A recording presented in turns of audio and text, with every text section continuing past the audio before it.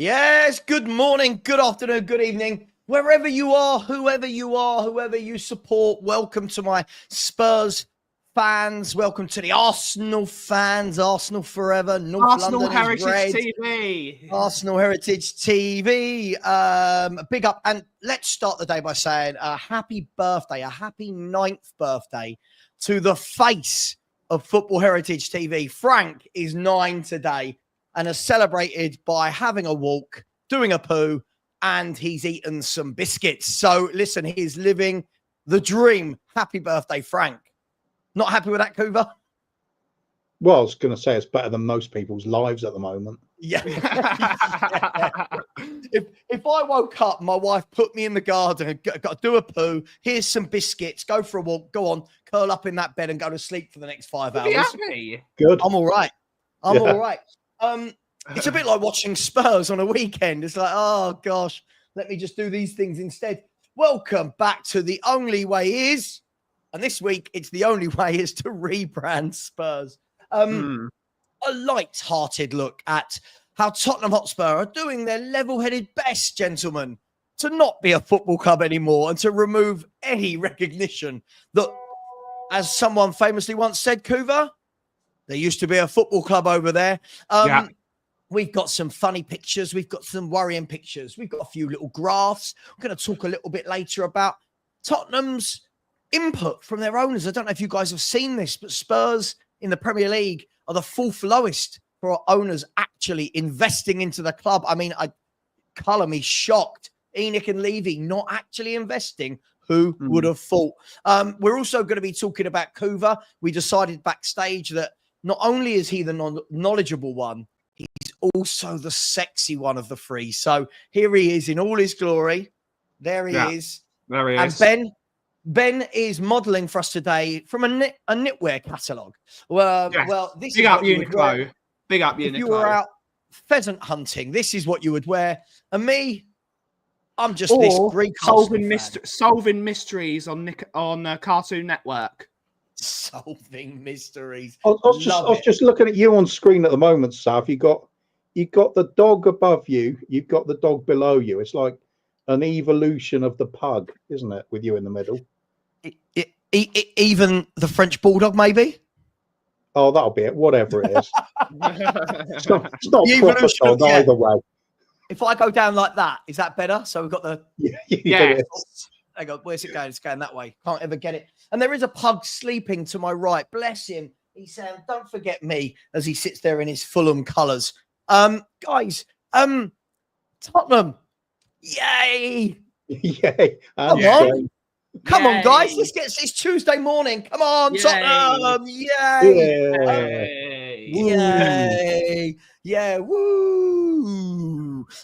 It's International Week, and still, guys, we're in the news, and our marketing team are absolutely brilliant at reading the room, aren't they?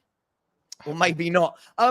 Guys, I don't really care, but it's quite funny. It came out yesterday, and I first saw a post from Fabrizio Romano. And you know, when you see a post from Fabrizio Romano, you think, is this from 5 years ago or something? And it said, Spurs have changed their logo. And I'm like, oh, what's Daniel Levy done? Is the logo now just a picture of our stadium floating? Is it? No. Is it something better than that?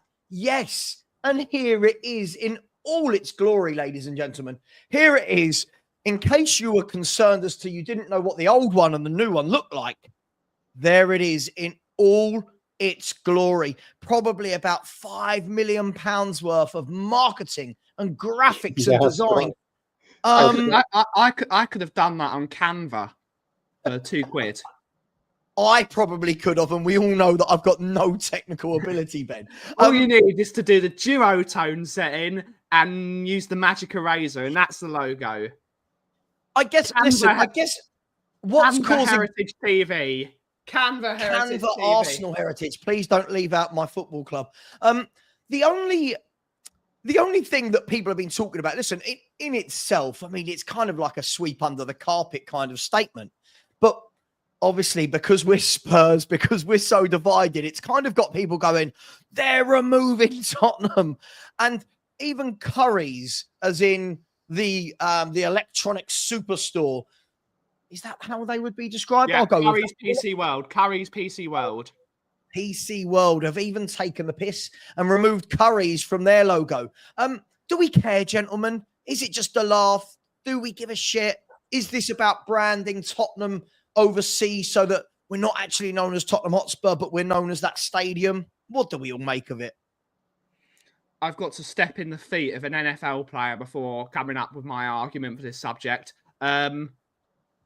It's just idiotic, isn't it? It's idiotic. I speak with Graham, and you know Graham Savva, and obviously Coos knows Kuva? Graham as well. We know different Kuva Graham. Different We're talking the arm of Graham that sometimes sits in this chair here. I know, Graham. If you go to Tottenham and you look at the Levy Bowl, how many times does it say Tottenham Hotspur on that stadium? I don't think it does it? I don't know. It doesn't say it once. Correct. This administration is now going out of its way to remove football as the main focus of the organisation. And the organisation wouldn't exist if there was no football. No one would care if there's NFL there, if it wasn't a football team there. It is... I understand why they've done it. They want it to be a more recognisable brand for the future. I'm going to be, try and be as balanced as possible, even though I'm probably the least balanced person in the entire community. But it's just a pointless change, which is just going to really upset people. And people are going to say, oh, but Tottenham wasn't in the logo until 2006, which it wasn't.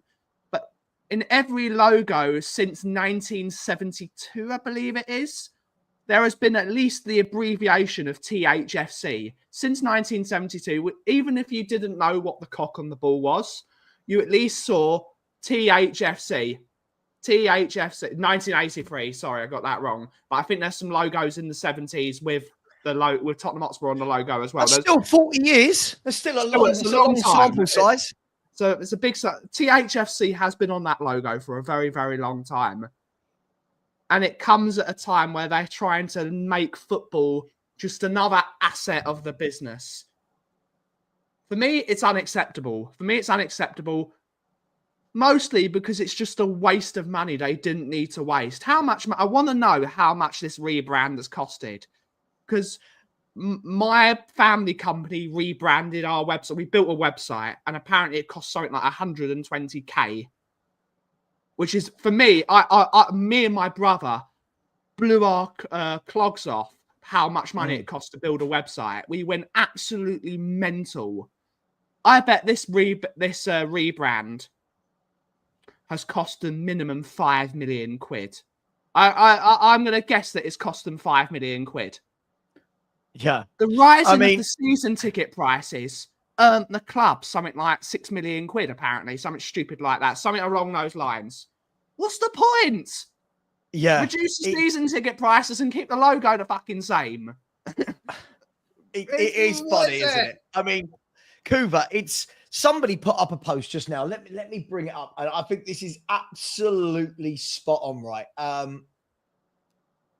This is spot on, isn't it? Social media love us. We're always giving them a reason to take the piss. If we're not being Spursy on the pitch, Kuva, we're doing something off it, which makes people... Look, we must be the only club in the world, and someone will tell me I'm wrong, to have a player banned for... We'll talk about this later. We've got a player banned for being racist towards his own club captain. We lose to the likes of Ipswich on the pitch. Yeah. And now we've got a logo where we've done our best to remove the words Tottenham Hotspur from it. We are fun to support, Kuva, aren't we? We really are a delight. Are we? Oh, yeah, sorry. Yeah. Yeah, we are. Come on. Woo. Come on. Woo. Yeah, it's just one of those things in a long line, isn't it? That's all there is to it. Before the show, we were talking about Keith Birkinshaw and like the famous. There used to be a club over there, which he didn't actually say, by the way, but he agreed he would have said it if he'd thought of it at the time. But you know what are we really gaining from this? It does seem like it's an attempt just to remove a little bit more of the identity of Tottenham Hotspur and get it more into the sort of corporate logo. I'm expecting next we'll get rid of the ball as well. Just have a cock there, 100% cock. Just a really big cock. It just encompasses everything. Why even try and pretend with something else? It's just make it comedy to start with. Tottenham Hotspur keeping you erect since 1882. No, if you said that, Savva, it's the total opposite of a Viagra commercial. It's the total opposite. It's the total opposite. It's not getting you up, it's getting you down. It's the opposite of Viagra. Tottenham Flaccid FC. Yes. Or perhaps we could put it then in an empty glass box and it's all about the trophies. Yes. Yeah. Do you know what? A Christmas advert for Spurs. You know, like the way M&S at the moment. I think their one is it like Dawn French at the moment, isn't it? Yeah. Right. And I don't know if you've both seen it, but Dawn French, and she's getting all of it ready, and all these strangers are outside her house waiting to come in, have all the hors d'oeuvres. What we could do is have Daniel Levy in a Scrooge hat in his room with a trophy that he's bought, looking around his house desperately for trophy polish because we haven't got any at the club because we've got nothing to polish. Then letting in all the Spurs fans and giving them a little bit of coal as they walk through the door. There you go. M&S, hit me up. Marketing genius right here. Also, you could have the cockerel coming down the chimney, bouncing along on the ball with the sack, ready to dish out some presents. Everybody's excited. Then he looks in the bag and he goes, sorry, nothing. Yeah. Yeah. I haven't got any presents, but would you like to remove the words Tottenham Hotspur from the ball I'm bouncing on? I haven't got any presents for you, but if you believe just hard enough, if you just believe and shake the table, there's no present. There's no present. Yeah. The presents will come. I'm telling you, the presents. There's no presents, but we're the fifth most likely person to have presents. Yeah. Savva, stop distracting us. Mr. Sir, I will not listen to you, Mr. Sir. No, I will do as I please. Hello, Mr. Sir. Guys, it's right. Look, you got to laugh, right? I mean, genuinely, I feel like Tottenham, it's not about a logo. Let's be honest. If we're not announcing concerts, it's something to do with, a new furniture partner. I mean, the football clubs have furniture partners. Hang on. Take it a step further. XC. Expected concerts. Expected concerts. The only way is XC, Kuva. I love it. That's on brand. Yeah. How many expected NFL games have we got this year? That's the important thing, not the actual ones. Oh my God, we could get the venue for XC and the Sunshine Band. XC and love it. Listen, we are. People always say, "Oh, you can't love the club. You take the piss out of them." I have to. We are a laughing stock. Whilst we've got Arsenal fans absolutely up in arms about how bad Arteta's doing, and they want a manager and a new director of football that's going to win them a league.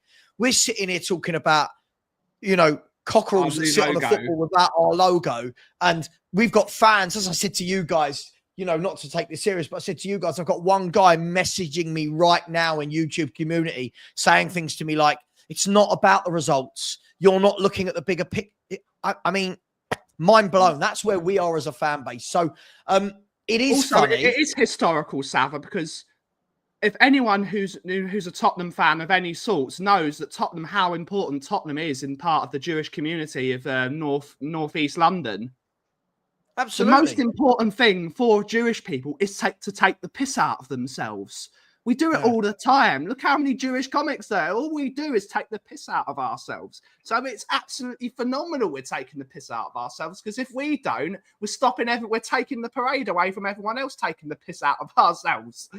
It's the whole point. Perhaps that's the new ground sponsor, isn't it? Comedy Central, something like that. Yeah. Yeah. Comedy Central should sponsor us. It is funny being a Spurs fan, and that's why, like, I know, like, people want to see me when I go on to like panel shows. They want to see me trying to debate Arsenal and Liverpool and Chelsea fans as to why we're great and why. I just don't know when I go on there that I can. I feel like it'll be a complete fallacy, won't it? Yeah. I could rock up onto one today and go, guys, all right, you might win the league this year. Yeah. But did you remove the words from your logo? No, Absolutely. you can't sing that. You can't sing that. PH Family has just come up with the greatest idea for a comedy show.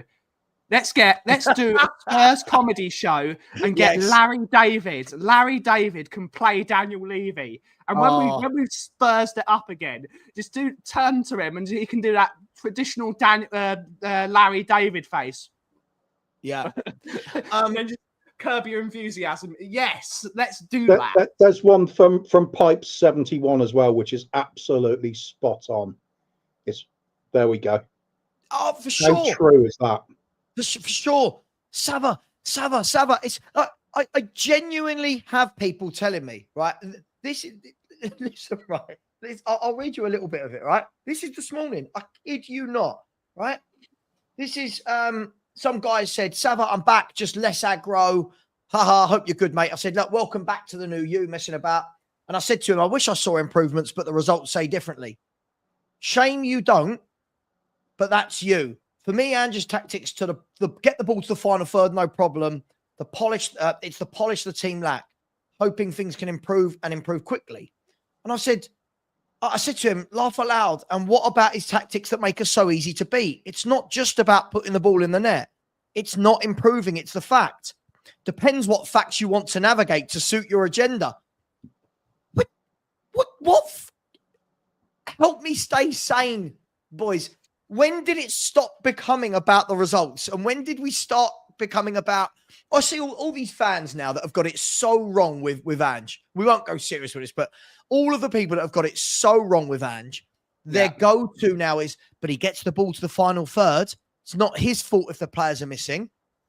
Because this is a Spurs channel, I'm going to lay the blame of this mentality solely at the feet of Arsenal fans. Yeah. Because Arsenal fans were the pioneers. They were them, as Lee Gunner calls them, the super fans. The super fans, he likes to call them. The Muppet Show, he likes to call them. They were the pioneers of the buzzwords. Trust the process. We're in phase 3. We're doing this project. All these millions of buzzwords, which mean absolutely nothing if you add a bit of context to them. Arsenal fans are the pioneers of all these buzzwords, which are just infuriating. They are infuriating. And Tottenham fans online have seen that and think, you know what? Because we're Tottenham, we love to copy Arsenal. They're obviously doing it right because look how many trophies they won. Let's copy them. So this new, and I'm not talking about the older generation of Arsenal fans, because the older generation of Arsenal fans don't even see Tottenham as a rival because we never won shit. They see their rival as Man United. They see their rival as the big clubs that were around them and they were competing with. Whereas we were just this little minnow that was piddling along. Because Arsenal have lost so much grace, and we've had an upturn of form since 2001, where we started to become a financial juggernaut and we started to compete for Champions League spots, and we would go into semi-finals of cups and never win anything. They've picked a fight of us because they're never going to be that elite club anymore. Because they've never been not going to be that elite club like a Chelsea, like a Liverpool, like a Man City now, like a Man United. They're using us as an easy target. They're mocking us because they're unhappy with themselves. So they've come up with all these buzzwords to justify this absolute shocking form. If mate, that's all we are. In the good times of Arsenal, if Wenger had gone 2 years, 8th, 5th, he would have been sacked. But Ben, the biggest problem for me is, right, and this is where I've got a super chat in a minute I want to come to, and then I've got a question I would like you to answer specifically, Ben, because I'm not touching it with a barge pole. Actually, let's do that first, and we'll come back to it. I'm not touching this with a barge pole.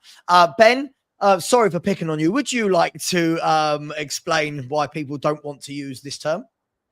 The word Yid is a racial slur for Jewish people, which was coined by. It's an old term. There's and there's also the K word as well, which I won't repeat on the stream because we get the stream demonetized. but because the question's up, it's in context. It is the view of some Jewish people that the word yid, especially in this time, brings more heat on Jewish people.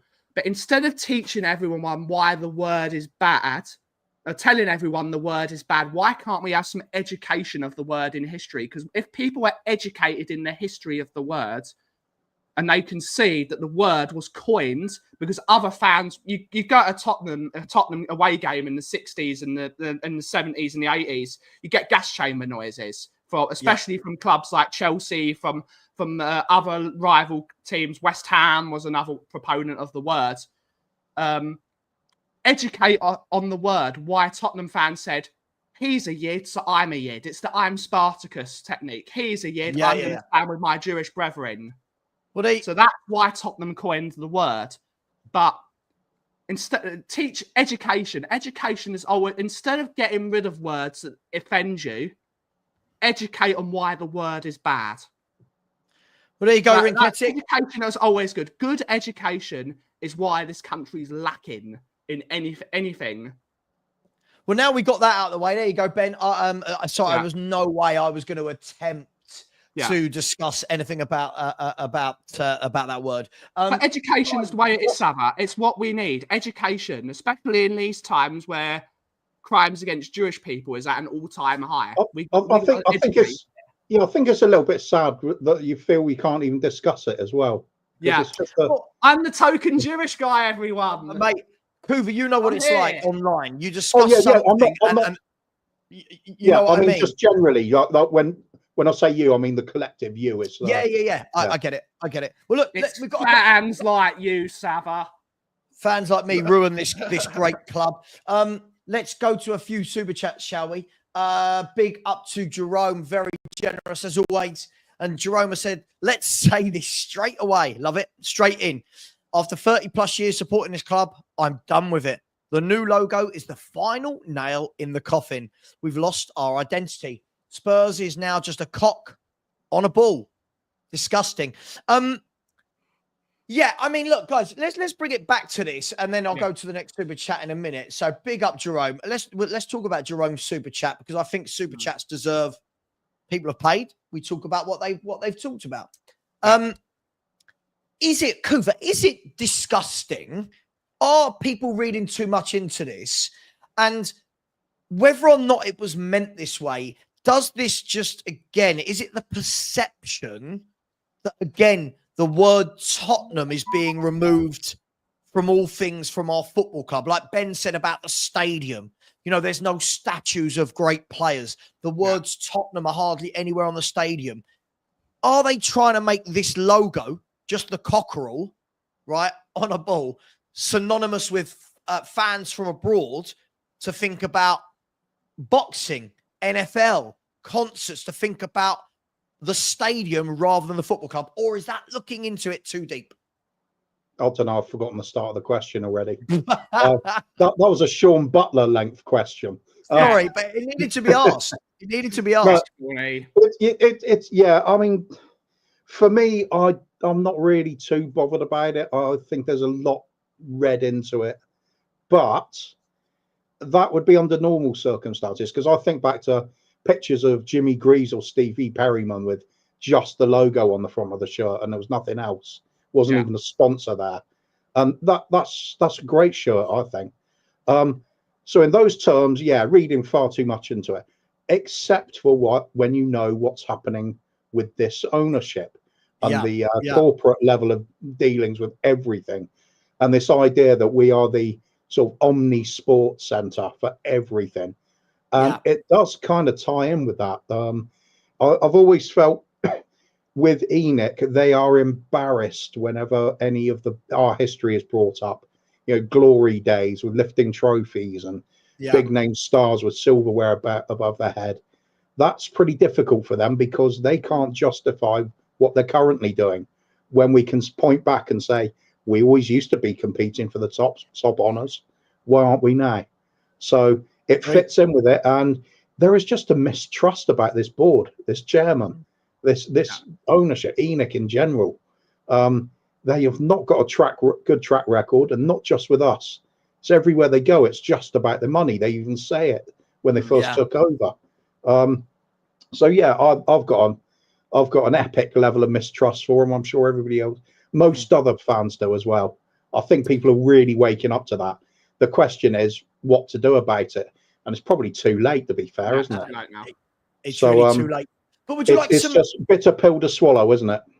Would you like some other factual news today, gentlemen? Somebody we just don't said, like facts. no, we don't like facts. It's all about the feelings. On this day in 2019, what happened? Anyone know? This day in 2019, I need to remember what day it was. I was probably at work in Shoreditch somewhere. So November the 19th, 2019. What happened at this football club? Something controversial or bad? I mean, both, depending on who you are. Yes. Would you like me to tell you, chaps? It's going to be a sacking, isn't it? So it's Pochettino, is it? Mauricio Pochettino left Tottenham Hotspur 5 years ago to this day. And some would argue that since then, we've not bought a single player that would have been good enough to get into a Mauricio Pochettino prime team. It's been 5 years, and we've seen lots. We've seen a lot of players come and go. We've seen a lot of managers come and go. Daniel Levy doesn't come and he doesn't go. He's just there. He's just there. I just thought that was interesting. Somebody sent that through 5 years ago. He was sacked. Listen, I'm not saying, guys, at the time, I felt it was probably the right thing. It was probably the right time, It had run its course. But since then, I just don't think we can get it right. The team was broke. The team was already rotten in that summer when he started bringing in players like Ndombele and Lo Celso. Yep. And it just continued on.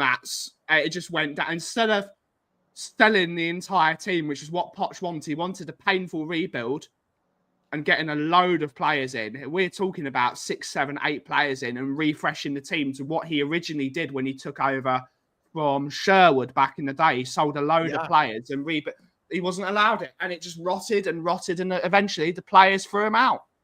Yeah. No, look, absolutely.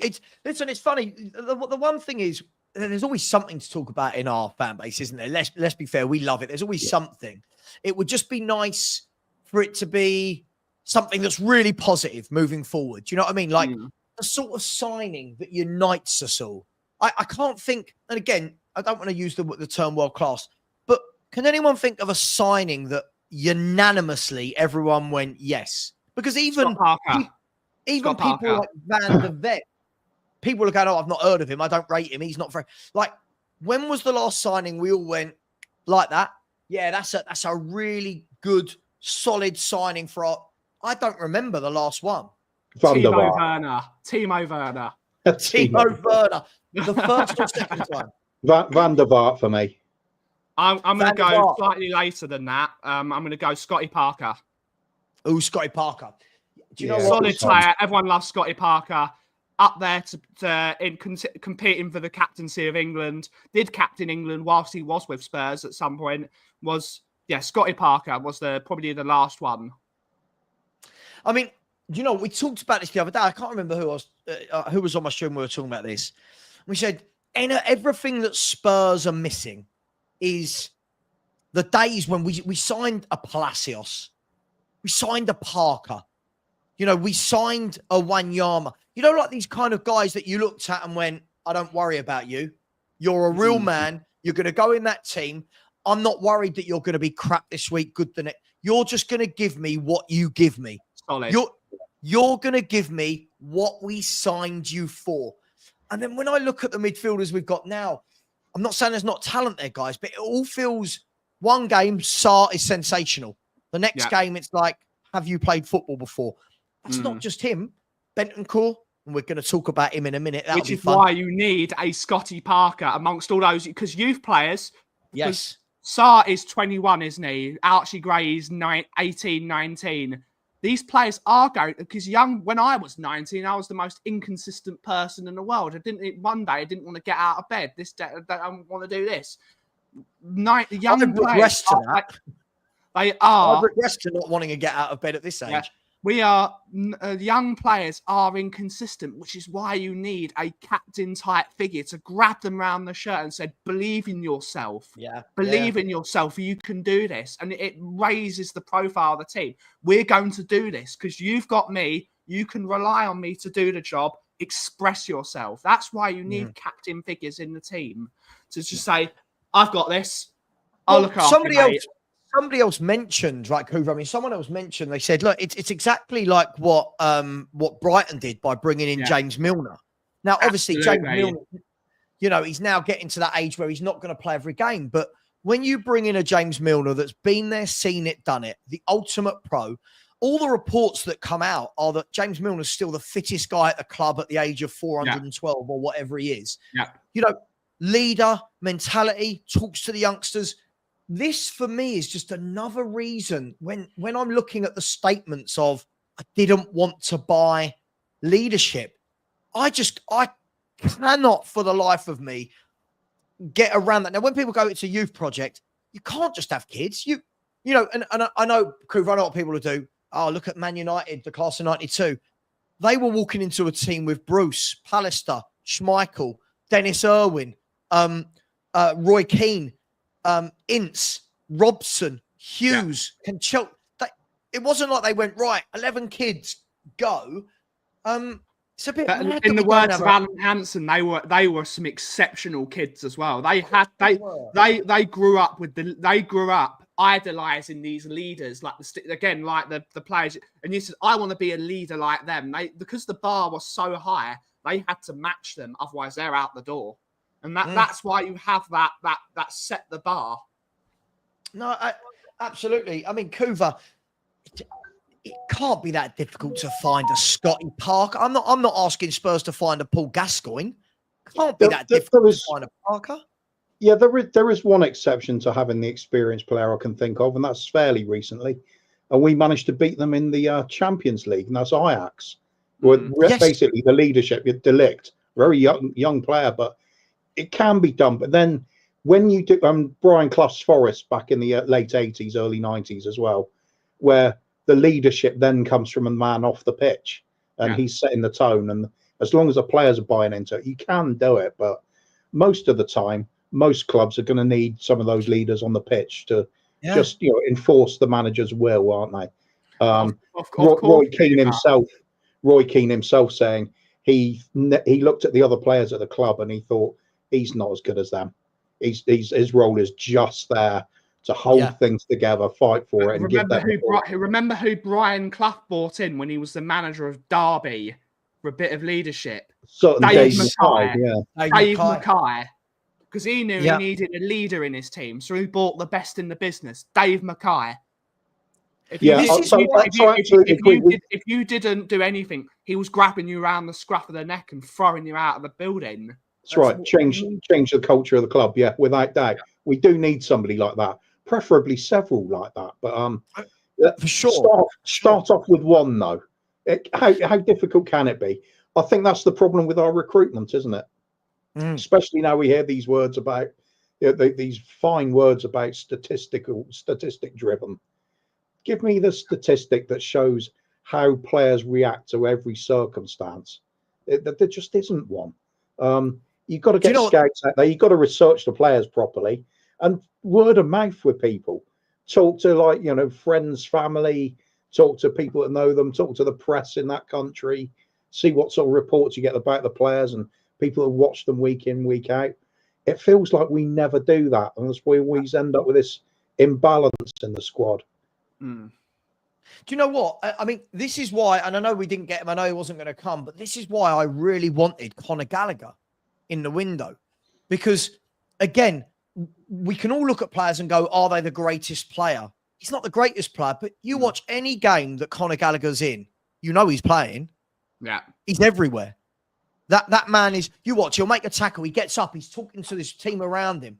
You know, he likes it. He gets stuck in. He's closing down. He's hassling. He's harrying.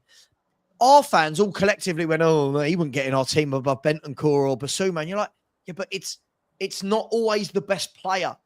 Sometimes it's the fit. It's that wheel within the engine. It's that cog in the engine that keeps it moving.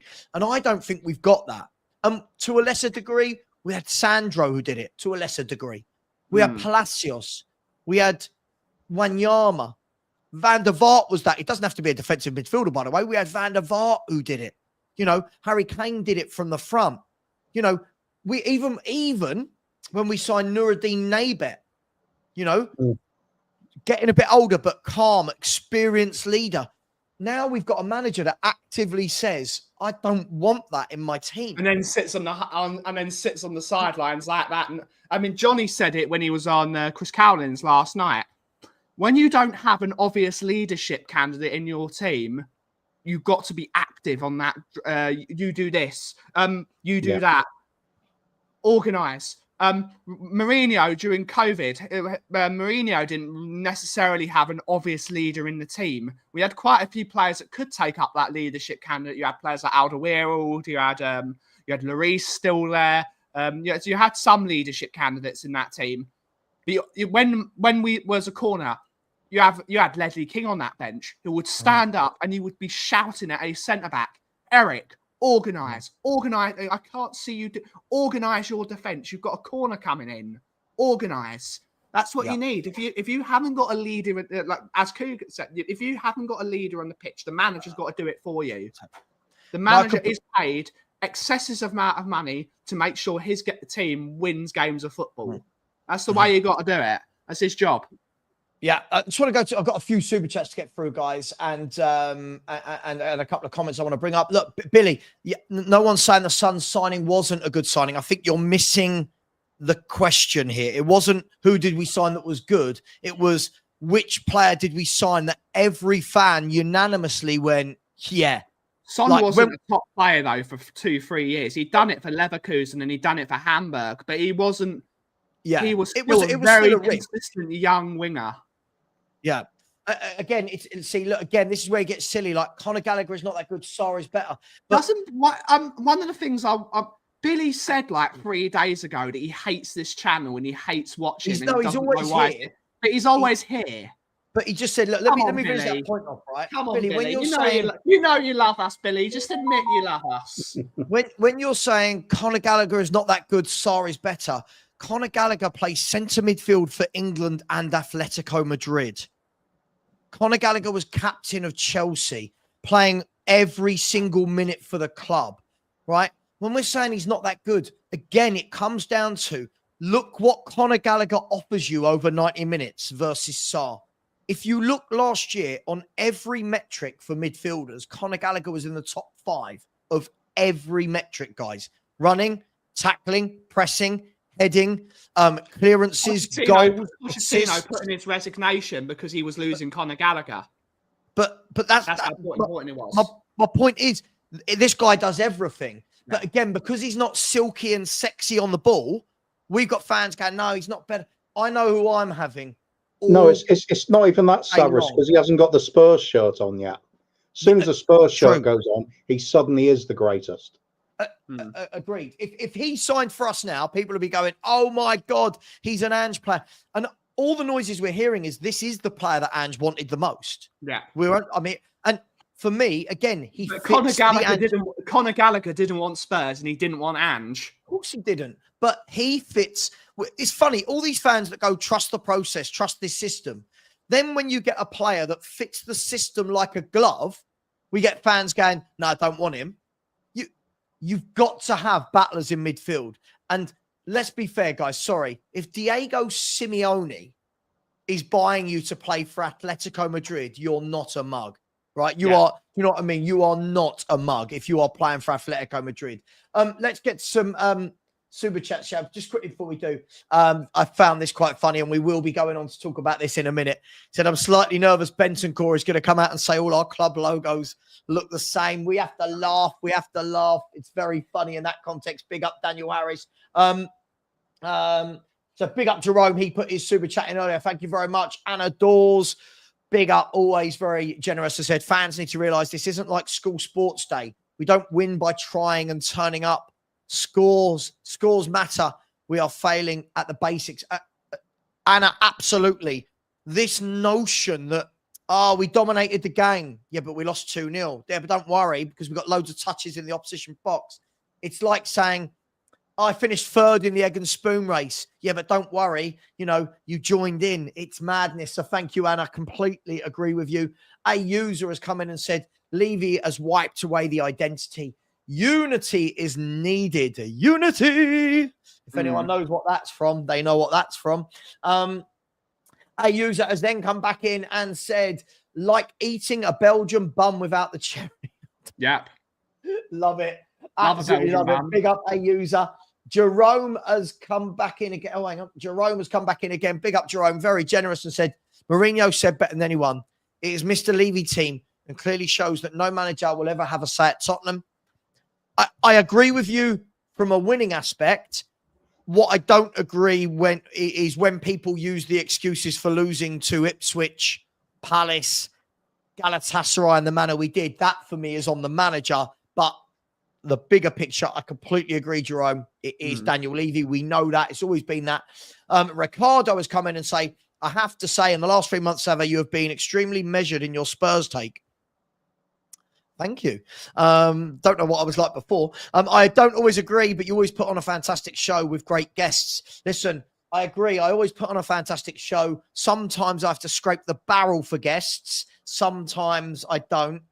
Today I did. I scraped the barrel, but here they are. Look at the sexy bastards. They're just kidding. Yeah, listen, thank you very much. We always try and put on a show. I like to think I've always been measured with my takes. It's just people don't like my takes because I don't go with... I actually agree with this. We've had the conversation behind the scenes, haven't we? Go on, Kuva. There we go, everyone. Savva is a very confrontational kind of character. It's his style. It's why people come and watch. It's why people get upset as well. But I think Savva's toned it down as well. Very much more Happy Clapper Heritage TV. Yeah, that's it. Ever since you made the switch to Arsenal, it's really helped. It's a lot calmer down at the Emirates. It's a lot calmer. Yeah. It's a lot quieter as well on a match day as well, especially. But when Arsenal aren't playing at home, you can find me at the Etihad. So you can find me somewhere between the Emirates and the Etihad. And I literally live on the Virgin Atlantic train, just going between Manchester and London. That's all I do, guys. Manchester, London. And then a comment here. I just want to, John Kelleher, I've seen you put in about 5 comments asking about me bottling it and not going on and speaking to the trust last night on Tottenham away. John, I just need to let you know how this works. I wasn't invited on the show. And why would I be? It's not my channel. Stel and Iggy aren't going to bring on a panel of 15 people to speak to the trust. They brought on who they thought was right. I make them right on that front. I watched the show. It was a very good show. But if you're not invited, mate, I can't. It's like saying, why wasn't I in the VIP section partying with Margot Robbie last night? Well, I weren't allowed in. Well, I was, by the way, I was. Late Nights with Margot. That's going to be the name of my next podcast. Late Nights with Margot. So can you please stop the silliness that I can just rock up onto any YouTube channel that I like, uninvited? Lena said, Gallagher isn't even starting consistently for Real Atletico. Doesn't fit their system to a T like he would for us, Savva. Of course he doesn't start consistently. They've got loads of top players. Yeah, Lena, absolutely. Unlike Tottenham, they've got... Let's have a look, shall we? Let's have a look at the options. I don't know Atletico squad, but I know it's certainly better than ours. This is where people just go a bit crazy. By the way, Atletico Madrid, by the way, are 1 point off of European champions Real Madrid, right? Atletico Madrid. Let's have a look. Squad. First of all, let's look at Conor Gallagher. So Conor Gallagher, he's played 10 league games for them. He's played in 1 Copa del Rey and 4 Champions League games for them. It's not too bad. If we're looking at is he playing 90 minutes week in, week out? No. But let's look at their squad. These are the midfielders that he is competing against. He's competing against Angel Correa, Koke, Thomas Lemar, Witsel, Rodrigo de Paul. They've got options. They've got a lot of good options. Crap players there, Savva. They don't have. They got some crap options there. They wouldn't get in the Spurs team. They wouldn't get in the Spurs team, mate. Marcus Llorente's there as well. Javier Serrano. They've got, Pablo Barrios is there as well. They've got options. Of course, he's not going to start every game. It's the same games though, Savva. That's not bad, is it? Mate, it's the same way we say it's like at Man City. I mean, I'll ask you guys this: would Kovacic walk into our midfield? Yes. Mateo Kovacic, right? Yes. He'd be our best midfielder. When Rodri's fit, Kovacic plays one week, doesn't the next, right? Because when you've got top players in front of you, that's what happens. It's absolutely mad. He's come back in and said, but nobody knows if Conor Gallagher would have been so perfect. Everyone hyped him up to be. Yeah, but okay, I give up. Lena, tell me a midfielder that will be perfect for this team then. Because if Gallagher isn't it, none of ours are. What's the perfect midfielder for Tottenham Hotspur? Within reason. Bugger off, Maz. By the way, smash the like button. Only 97 likes. There's 308 of you in here, so please smash that button. Kuva, I'm going to come to you. Yesterday there was more breaking news. Some might say the logo conversation kind of overtook from a Tottenham midfielder, Rodrigo Bentancur. 7-game ban. We knew it was coming. 7-game ban for racially abusing, not my words, racially abusing his teammate and club captain's son. In your mind, is this a lot to do about nothing? I don't want to go deep into the racism, but is he being harshly treated? Are they making an example of him? What do you make of it? Harshly treated, you'd have to say so, because you look at other examples of players falling into those hot waters and they don't get anywhere near that kind of punishment. So in that way, yes. On the other way of looking at it would be with the whole kick it out of football stance in this country, they've got to show their teeth. They've got to show that it's not just a bark and they've got bite with it. So yeah, he is being made an example of. I suppose you could look at it stoically and say, in the long run, if that does have a positive effect on the game and the way people talk about the other players, it would be a good thing. But as usual, we're on the brunt end of a bit of controversy that works against us. And one of our players again, I think it's over the top, personally, but they've set the stall out of the FA. They've got to do it now. Otherwise, it's pointless. All of it becomes pointless if they don't follow through with harsh punishment. So it's kind of too bad. We'll just have to suck it up and get on with it. Yeah, I mean, Ben, a lot of people, look, Kuva's kind of right. A lot of people, their first reaction, rather than looking inwards, we do look outwards and we go, but what about Enzo Fernandez at Chelsea? We can't control either situation. It has happened. Big loss for Spurs. Is Massive it as big as we think? I'm not. He's been our best midfielder this year, so we are losing our. Yeah. I mean, it's not a high bar, but he's our best midfielder this year so far, apart from maybe Kulusevski, but they play very different positions. At the end of the day, they should have given him a ban. What he said was completely and utterly ridiculously stupid of him. It proves that footballers, again, are not necessarily the brightest bulbs in the box. And I know you said we shouldn't be using whataboutery. Why has this person been banned, but this person hasn't? But it is that. What Enzo Fernandez said was utterly disgusting. And they should throw the book at him as well. It seems like they have just made an example out of him. I don't know what... I'd need to look at the full rules. Yes, he should be getting a ban. Probably not 7 games. 7 games is... that is a lot of games of football. That is a lot of games of football. Well, it's very difficult what you do, because you have the club could have dealt with this internally as well.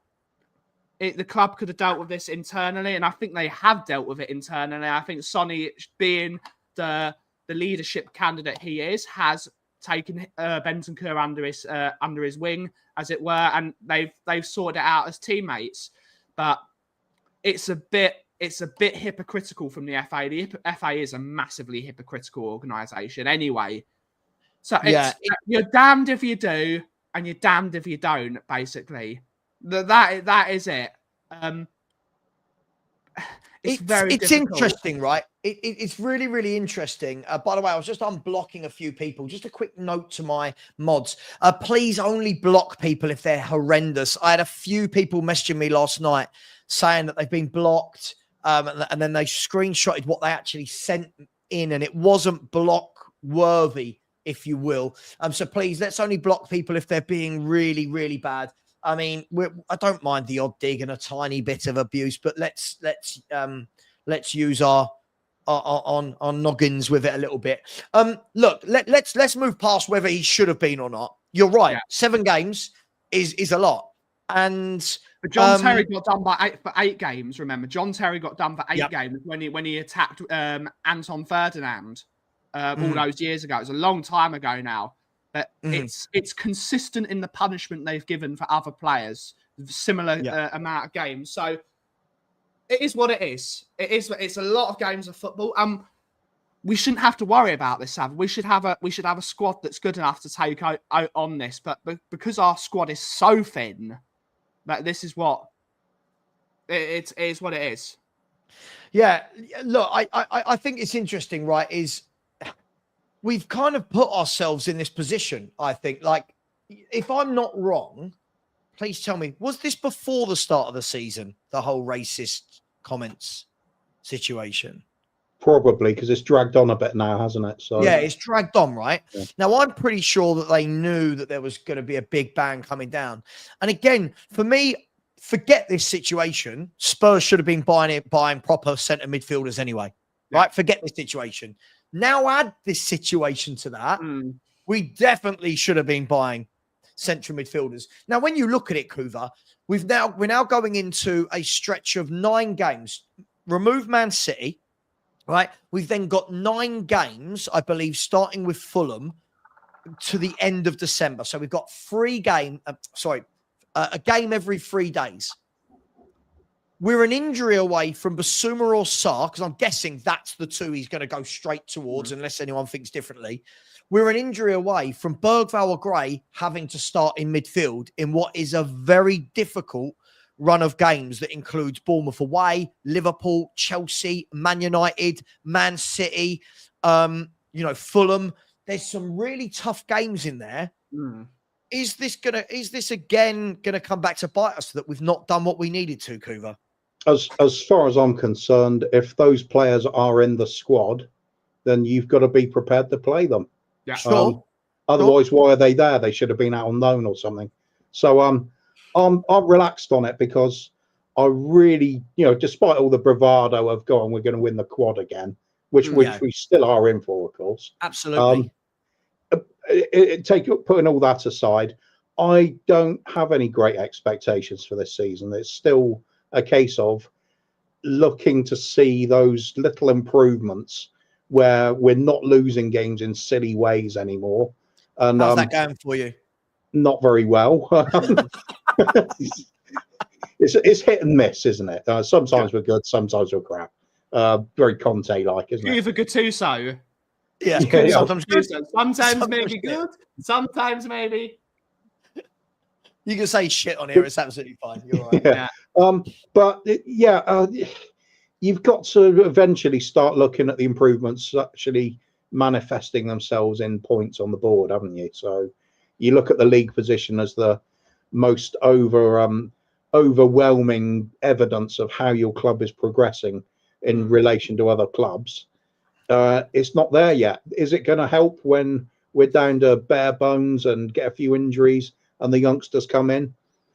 Maybe they come in and actually pull off a few blinders. Maybe, but it's hopeful, isn't it? On evidence so far, you wouldn't put money on it.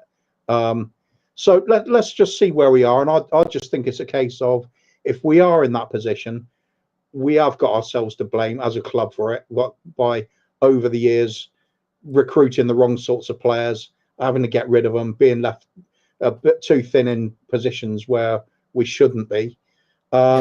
But I'm not going to get on the back of the youngsters that come in if they need to. And I'm not going to say we definitely win those games when they do. We're going to just have to ride it out. If we get improved performances from them, supposing Archie Gray, for example, comes in for all 7 of those games Bentancur misses, Just supposing that happens. Yep. And maybe he starts off a little bit unsure, first of all, builds into it. And then after the 5th, 6th, 7th games, he suddenly looks the part. It suddenly becomes a really worthwhile exercise then. But we're in unknown territory, and perhaps we shouldn't be. Perhaps we should have a fully fleshed out squad where you're not thinking about this. And as you said, Savva, there's certain players that come in and you wouldn't have a worry about them, would you? When Wanyama came in, we're all thinking, oh, absolute destroyer. Look what he did for Southampton against the Gooners, for example, when he shut their entire team down. We do need players like that. You need some that you are absolutely 100% confident in. The rest of it, I'll take it or leave it, rough with the smooth and all that. We do have some youngsters need a bit of backing at times. A doggy going through bad patch of form. Hopefully he's going to snap out of that as well. We've got several like it. It's interesting, isn't it? Because look, someone made a great point in the chat and said, some people are saying, oh, well, Son wasn't even offended. A lot of people were offended. A lot of people were offended, and everyone has a right to be offended. You have a right to be offended when someone does a racist thing. You have a right to be offended. This is what I was going to say. It's not just Son. Son's not the only South Korean. You know what I mean? Yeah. And this is what I think we've got to remember here. Listen, I'm not going to say, oh, what Enzo Fernandez did. I've not gone as deep into his situation, right? Because it doesn't affect my club, Arsenal. But if this one does affect my club. And for me, we can't tell people they shouldn't be offended. And I think that the difficult thing is this, and I do think we're in an era where everyone's offended by nonsense. I do, right? I think there's certain things where I think, he said, sorry, I don't identify as he. All of that nonsense, I've got zero time for. I don't care, right? But when we're talking about a whole culture of people, a whole race of people, and they all look the same, I kind of get it. It's not an acceptable thing to say. It's not an acceptable thing to say. But the thing is, it's one of those situations, isn't it, where people are asking, well, why is it taken so long? Of course, I get it. Yeah. People will have also said, if it had been 2 games, most people would have said at 2 games, that's not really punishing. If it had been 10 games, it's too much. It's a real difficult one. Wouldn't it have been a lot easier for Bentancur to just not said anything at all? Absolutely. Use your brain. Footballers these days, and it's not like Bentancur hasn't gone through social media training. He's been at 2 massive football clubs. He's been at Juventus and he's been at Tottenham. 2 massive football clubs. Exactly. And they do media training. Media training is part and parcel of being a footballer now. Hi, Leo. Everybody, please get over and subscribe to the Mile High Hotspur. If somebody would, Leo, I'll tell you what I'll do, buddy. I'll make you if I make you a mod, don't worry, it doesn't come with a long list of responsibilities. Feel free to whack in your link. People, subscribe. I love Leo. I really do love Leo. So please, very fast growing channel as well. Yeah.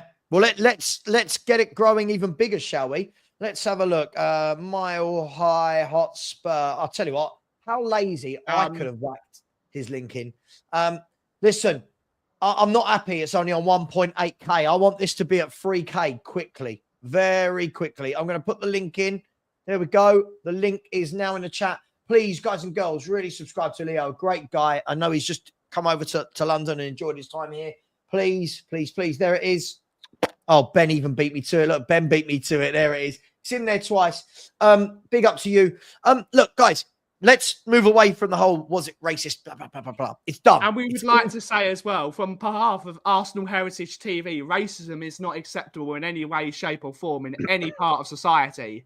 No, it is Even not. I'm media trained. No, it's not. It's not acceptable. Don't do it. It's not No matter how many times I've got an agenda against Ange because he's Australian, racism is not allowed anywhere in the world. No. You realise what you just said there? Because he's Australian. But that's what people are telling me. That's people are telling me. You've got an agenda. Why would I have an agenda against him? Because he's Australian. And that matters to me because you do know where Ange was born, right? Greece. You do know I am half Greek, right? Like it's mad. Anyway, guys, attack the argument, not the person. Or attack the nationality, not the. No, I'm joking. I jest, of course. I jest, of course. Look, Kuva's right, Ben. You know, Archie Gray, Bergvall. It's going to be interesting to see. Does, in your opinion, Ben, we've got 7 games coming up, plus he can play Bentancur in the 2 Europa League games. So here's the question. 1, will we see Gray or Bergvall be given a start in the Premier League at the expense of Basuma or Sarr? 2, No. should Bentancur go straight back in for Europa League games? Or is this a chance where you go, right, okay, no, you're not available to me at the weekend. I need to keep consistency. Gray and Bergvall are going to get their chance. What does he do here? There's a smart. There's the thing he should do is Archie Gray should have been given chances in his preferred position before even having to react to this moment, because he is a midfielder. Agreed. He should have been playing in his position, and because playing left back and right back are 2 incredibly different positions to be in a centre midfielder, especially with him being a right back that's supposed to drop in when we've got the ball. And it's confusing for a young player. He should have been playing anyway. We're going to have to rotate these players now. We have to do it. We have to absolutely do it. Or what you do is you adapt and you go to 3 at the back. You play 4 in midfield. I'll mute this for now. You go to 3 at the back, you go 2 in midfield, and you go that way. You change the shape of the team because of the workforce you've got. That's what you've got to do. That's what you have to do. And we don't do that. We have to play the same formation, the same style every single time. And that's there's a word you used which is not allowed at Spurs. Adapt. Adapt. He doesn't adapt. He doesn't change it. Go to Basuma and Sarr, go to 3-4-3 for a couple of games. Go 3-4-3, play Dragashin, Van der Ven when he's or Davis, if either of them are too fit, then play Romero. And you have one of the centre-backs going to midfield when we got the ball, just to add that third person in midfield. You play Porro and Udogie as wing-backs, which is what they're good at. And you play Basuma and Sarr together, who have a decent partnership together. That's what you do. You adapt the shape to fit the workforce you've got. That's what all top managers do. I agree. I mean, you know, in some of the tougher games, would it be so bad to put Gray in the 6, have Sarr and Basuma as box-to-box midfielders in front of him covering, Kulu slightly from the right, Son and Solanke? You know, we just don't try things like this, Kuva. And I think this is why I think there are a lot of people, right? There are a lot of people that love Ange, and anyone can love whoever they want, Kuva, right? Some people even love you and me, right? More you, but some love me. But is this where some of the frustration comes from people, Kuva, is the fact that it's not that we've tried things and things haven't worked. So, for example, Jose, the one thing you can say about him, whether he had the players or not, Jose Mourinho would go, right, today we need to go wing backs. Hang on, I've seen enough in that first 45 minutes. You're coming off. We're going to go to a 4-3-3, 4-2-3. He tried things, right?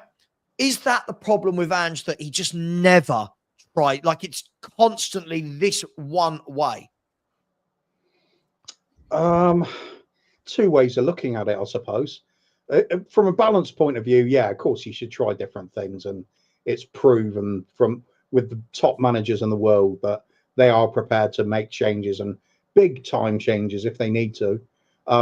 Pep's been blessed in the way he doesn't need to make so many of those drastic changes, because he's always had the kind of quality of player that will play the football he wants.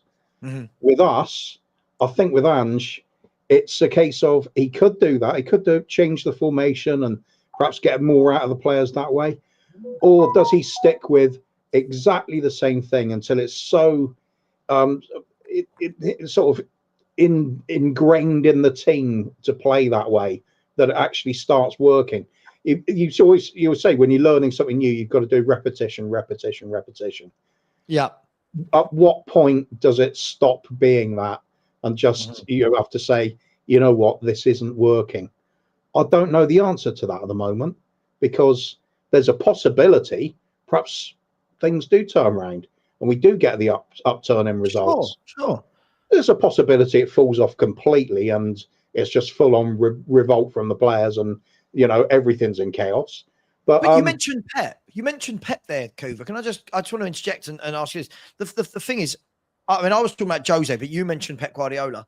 Even with Pep Guardiola, though, when things aren't going well, and we actually saw this 2 years ago, Man City came to Tottenham, if you remember, and literally had, I don't know, it felt like 99% possession. And then we beat them because they made a mistake, passed it backwards, we nipped in and scored, and then they couldn't score again, right? That was in, I believe that was in the December or January. I want to say January. And Pep did the famous interview after the game where he turned around and said, no, the league has gone. Arsenal have won it. My players don't want this enough. They're showing me they don't want, he did the famous.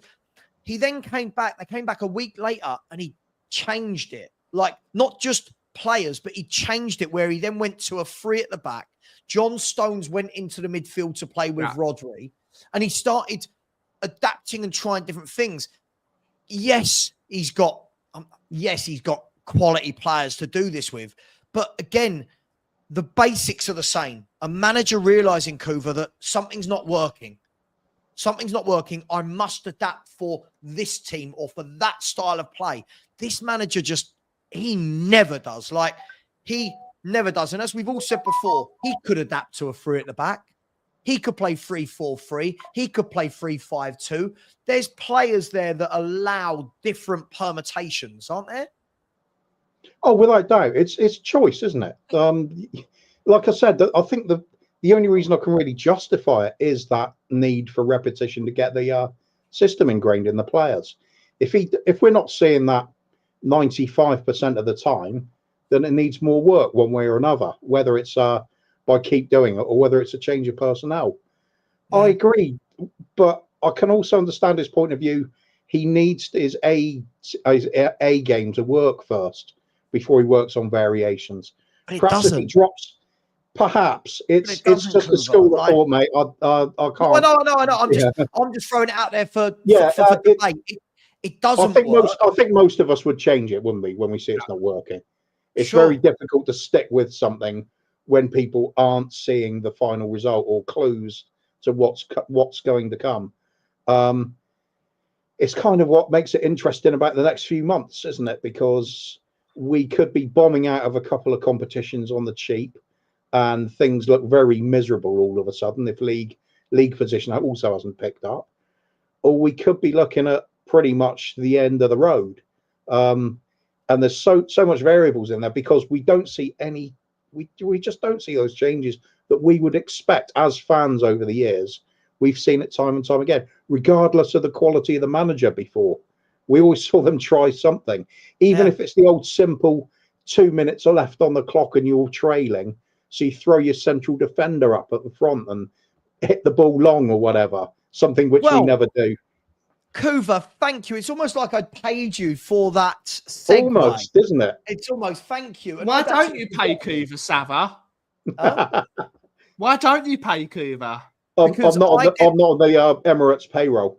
I get paid by Arsenal, and I'm only allowed to pay fellow Arsenal fans. So, sorry, you're just Tottenham guests, I'm afraid. This is an interesting one. So this was sent to me literally as we were going live. And again, for me, look, I'm not a fan of let's just whack the ball long. I'm not, right? But this was quite an interesting one. It says here, this is the share of goal kicks played long, which is plus 40 meters in the Premier League 2024-2025 season. Now, first of all, I'll be honest, I was absolutely shocked to see my boys Arsenal at the top with 78%. I'll be honest, I was a bit shocked to see that. My boys. Yeah. Well, listen, you've all seen the video. I'm an Arsenal fan. If it twerks like a gooner, it talks like a gooner, it's a gooner. Hi. Everton, I wasn't shocked to see it. Right? Everton, if anybody, I was not shocked to see it. Now, focus your attention, guys, to the bottom of that graph. Right? Now, I'm all for playing out the back. Yeah, my favorite teams ever to watch. are the Spanish and the Barcelona teams, right? With all those Barcelona players, right?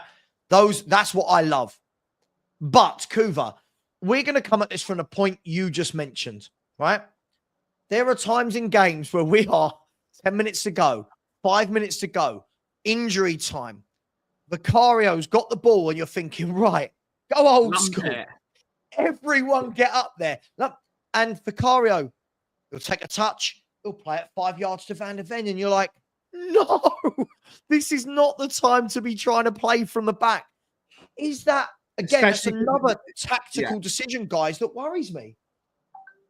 Absolutely. You see, the one that possibly the greatest team that's ever existed was Pep Guardiola's Barcelona team. When they were losing a game and they needed to grind out a result, what did they always do?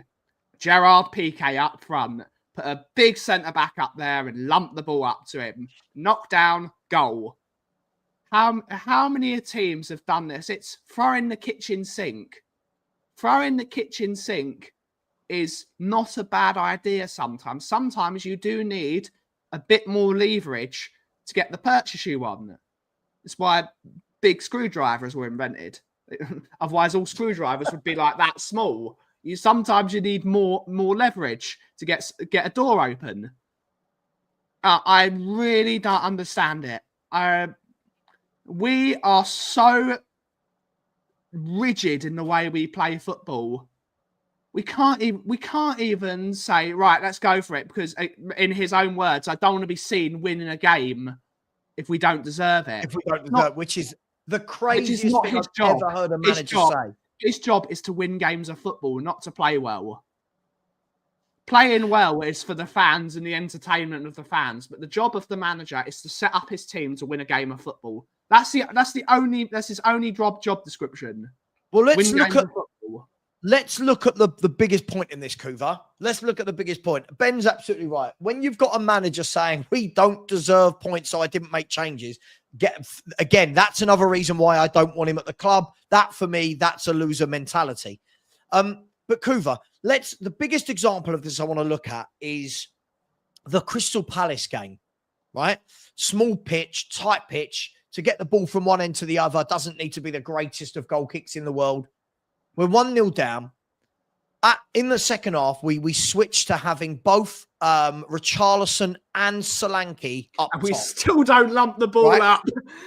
We went to a 4-4-2. Right? If anyone remembers, we went 4-4-2. He puts two guys up front. And the one time the guy changes the formation, none of the wingers crossed the ball in for Solanke or Richarlison. And you had about 8 minutes injury time. Not once did Vicario or the centre-halves go, hang on, we've got Richarlison and Solanke, both 6'3", 6'4", maybe? 6'3", 6'4", yeah. Both excellent. Like Richarlison, 70% of his goals are with his head. Right. So he's a good header of the ball. Right. And not once, Kuva, did that ball go, even then, Dragoshin, get him on, throw the bodies in the box. We used to do it with Dawson. Barcelona used to do it with Gerard Piqué and Puyol when they needed a goal. Not this guy, Kuva. We're not that interesting. Even more so the fact that there's two of them up there. So if one of them does win the header or doesn't, the other one's there for maybe pick up the loose ball. It's there just to get the ball in the box. I mean, this is old. You remember the old Wimbledon team that famously won the FA Cup in '88? That was their game entirely. They would just get the big lads up front and just lob the ball in there because they played the percentage game. And they knew that to score goals, all you had to do was get the ball in the box consistently and just have people in there. And it was very effective for them. And we were ignoring that. Sometimes you have to just go really basic stuff. Sometimes it is what like in American football, they call it the Hail Mary, don't they? When you're chasing the game the final seconds, and so you throw the long ball for the wide receiver to get it. It's the same thing with football. You're doing that long ball in there because it's last throw of the dice, last kick of the game potentially. Get it in there as fast as you can. It's in a dangerous area. You're very unlikely to score from 40 yards out. If you're getting a good mix up with when you're 5 or 6 yards out there. We don't shoot from distance. We rarely shoot Well, from distance even now. then, you don't need to if you're just pumping the ball into the box. Yeah. It's you know, it is percentages. It's How good where is do these Sonny? goals get scored from? Sonny used to be brilliant at cutting in off the left-hand side, and he is one of the best finishers in Europe. All the stats will tell you he's one of the best finishers in Europe. Let him shoot. Let him shoot. If it hits the target and the goalkeeper doesn't save it, there's always a chance the ball can come off the keeper and you can have a tap in. Just shoot. Do you know what? What I always learned growing up playing football, once that ball is in the box, anything can happen. Yeah. It can fall to anybody, right? Sometimes it falls to the striker 1 yard out. Sometimes it falls to the defender who clears it easily. But you give yourself that 50-50 chance. The ball's in the air. You've got two big strikers up top. And again, I'm not saying play that for 90 minutes, guys. I'm not saying let's go back to Sunderland. Let's go to Sunderland with Quinn and Phillips up top, you know, with big man, little. But we don't. Actually, I'd love to see that against Man City one time. Really upset them with it. Mate, agreed. But we won't do it. And listen, do we want to see nice football? Yes. But sometimes a lot of possession can be a little bit tedious because a lot of the time it doesn't go anywhere. So for me, I think we need to see that change. Listen, I miss two striker formations as well. And like anything, it might come back into fashion. Football is like fashion, is like mute. These things, they go round in cycles. Ripped jeans used to be a thing, then they weren't, then they were, then they weren't. Suit jackets, everyone was wearing them on a night out, then they weren't, then they were, then they were. It is what it is. I can't wait for Savva to grow a moustache like Sam Allardyce and just be Sav Allardyce. I want to see it. I want to see it. I just don't get it. You know, it's the last 10 minutes of the game. Even against Ipswich, you're thinking, get the ball in the box. No. Whoever's got it on the right, cuts back in, lays it off 5 yards. Ipswich was sitting there in that last 7 minutes. They've got three massive centre-halves. The fullbacks are tucked in to make it a 5. They had a midfield 4 sitting in front of them. And you're thinking, we're happy for you to have the ball on the halfway line. We're happy for you to have the ball there because we're trying to score that perfect goal every time. For me, it doesn't work. Guys, something I wanted to talk about. Are you both okay for time before we? Yeah. Everyone in the chat, you okay for time? I guess you are. I've got a bit longer. Sav Bruce. So we started as Sav Bruce, Sav Allardyce. Sav McLeish. The funny thing is, someone out there will go on another YouTube channel and go, "Did you see Sav earlier saying he wants Ange to play long ball football?" Like that's the sort of thing you'll get. Guys, I wanted to bring up an interesting one. This isn't Spurs, but it's an interesting football conversation. I love that latest one from Kudos. Vinny Samways. I'd love Vinny Samways in this team. Just saying. Again, but Rob, just quickly. Sorry. Oh, hang on. I didn't get to the mute button quick enough. I think possession football can be boring depending on what you're trying to do with it. If you look at the great team, if you look at Man City in their... Here he is. Savva twerking for Man City again. If you look at Man City in their pomp, Barcelona in their pomp, Brazil in their pomp, the Dutch teams in their pomp, their possession was doing something with it. It was always looking to create triangles, move the ball forward, shift teams out of possession. When I watch our possession, most of it just seems to be Van der Ven and Romero on the halfway line, passing amongst each other for 5 minutes, and you're going, this is really boring. Guys, something different. Both Jack Grealish and Jude Bellingham have tweeted something, haven't they, in the last 48 hours? I'm not sure if you've seen it. Which the media are saying is a dig at Gareth Southgate. After Lee Carsley left after beating Ireland 5-0 on Sunday, Jude Bellingham tweeted out saying, thanks, Gaffer, or something, blah, blah, blah. You've given me my smile back in an England shirt. Yeah. And Jack Grealish was like, what a man, what a manager. You've made it. I don't know the exact words. You've brought back the fun to playing for England. Now, I don't make them wrong, But do you think players should be doing that? I know there's free speech, but do you think players should be There saying isn't this such a thing as out free in the speech in open? this country, Savva. We have a constitutional monarchy. There's no such thing. It's not like we're not the United States with free speech written into law. We're not that country. At the end of the day, they should be professionals. They should be professional footballers. On you go, Gaffer. Loved playing for you. On to the next manager. Remember, Thomas Tuchel doesn't play exciting football. They're going to be back to being miserable again in about 2 months because they're going to be playing 3-5. Pragmatic is the word. Yeah, they're going to be back to playing boring, pragmatic football. So, grow up, boys. You're earning hundreds of thousands of pounds a week. Grow up. Well, yeah. I mean, look, I'm going to try and find the exact Jude Bellingham. Hang on, here it is. I'm on Sky Sports. Here we go. So Jude Bellingham said, no, he didn't. Jude Bellingham said, anyway, keep talking amongst yourselves while I try and find it. Yeah. But Kuva, players coming out, saying things while they're still playing, talking about a manager that they had for 5, 6, 7 years. He gave Bellingham his first chance. He's picked Grealish in a number of squads. Do you see this as petty, or do you think they're right in what they said? Personally, I think they're right in what they said. It's we're talking about a manager that has left that job now. They're not going to play for him again.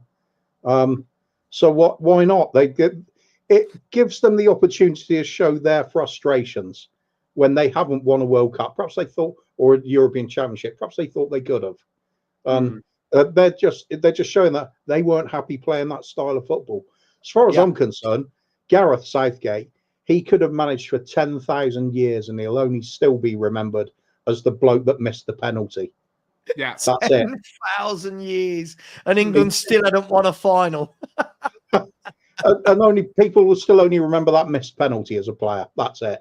That's all he ever had to offer football, as far as I'm concerned. I'd loathe to see him as a Spurs manager, and as far as I'm concerned, players want to speak out about his bullshit management style. I'm fine with that because it is bullshit.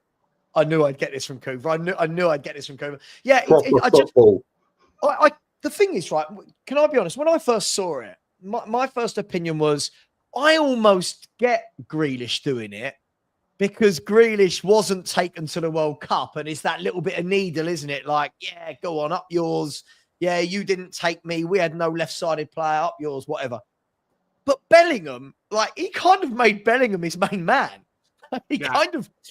Listen, we could talk about how good Bellingham is or whatever. I mean, I think he's a good player. I think he's, again, massively, we've overhyped him and we're making him out to be Paul Gascoigne. But he was playing week in, week out, so to speak, for Gareth Southgate, and comes out and this little dig. If I'm Southgate right now, am I thinking, all right, Jack, cool, I left you out, but Jude, I expect better.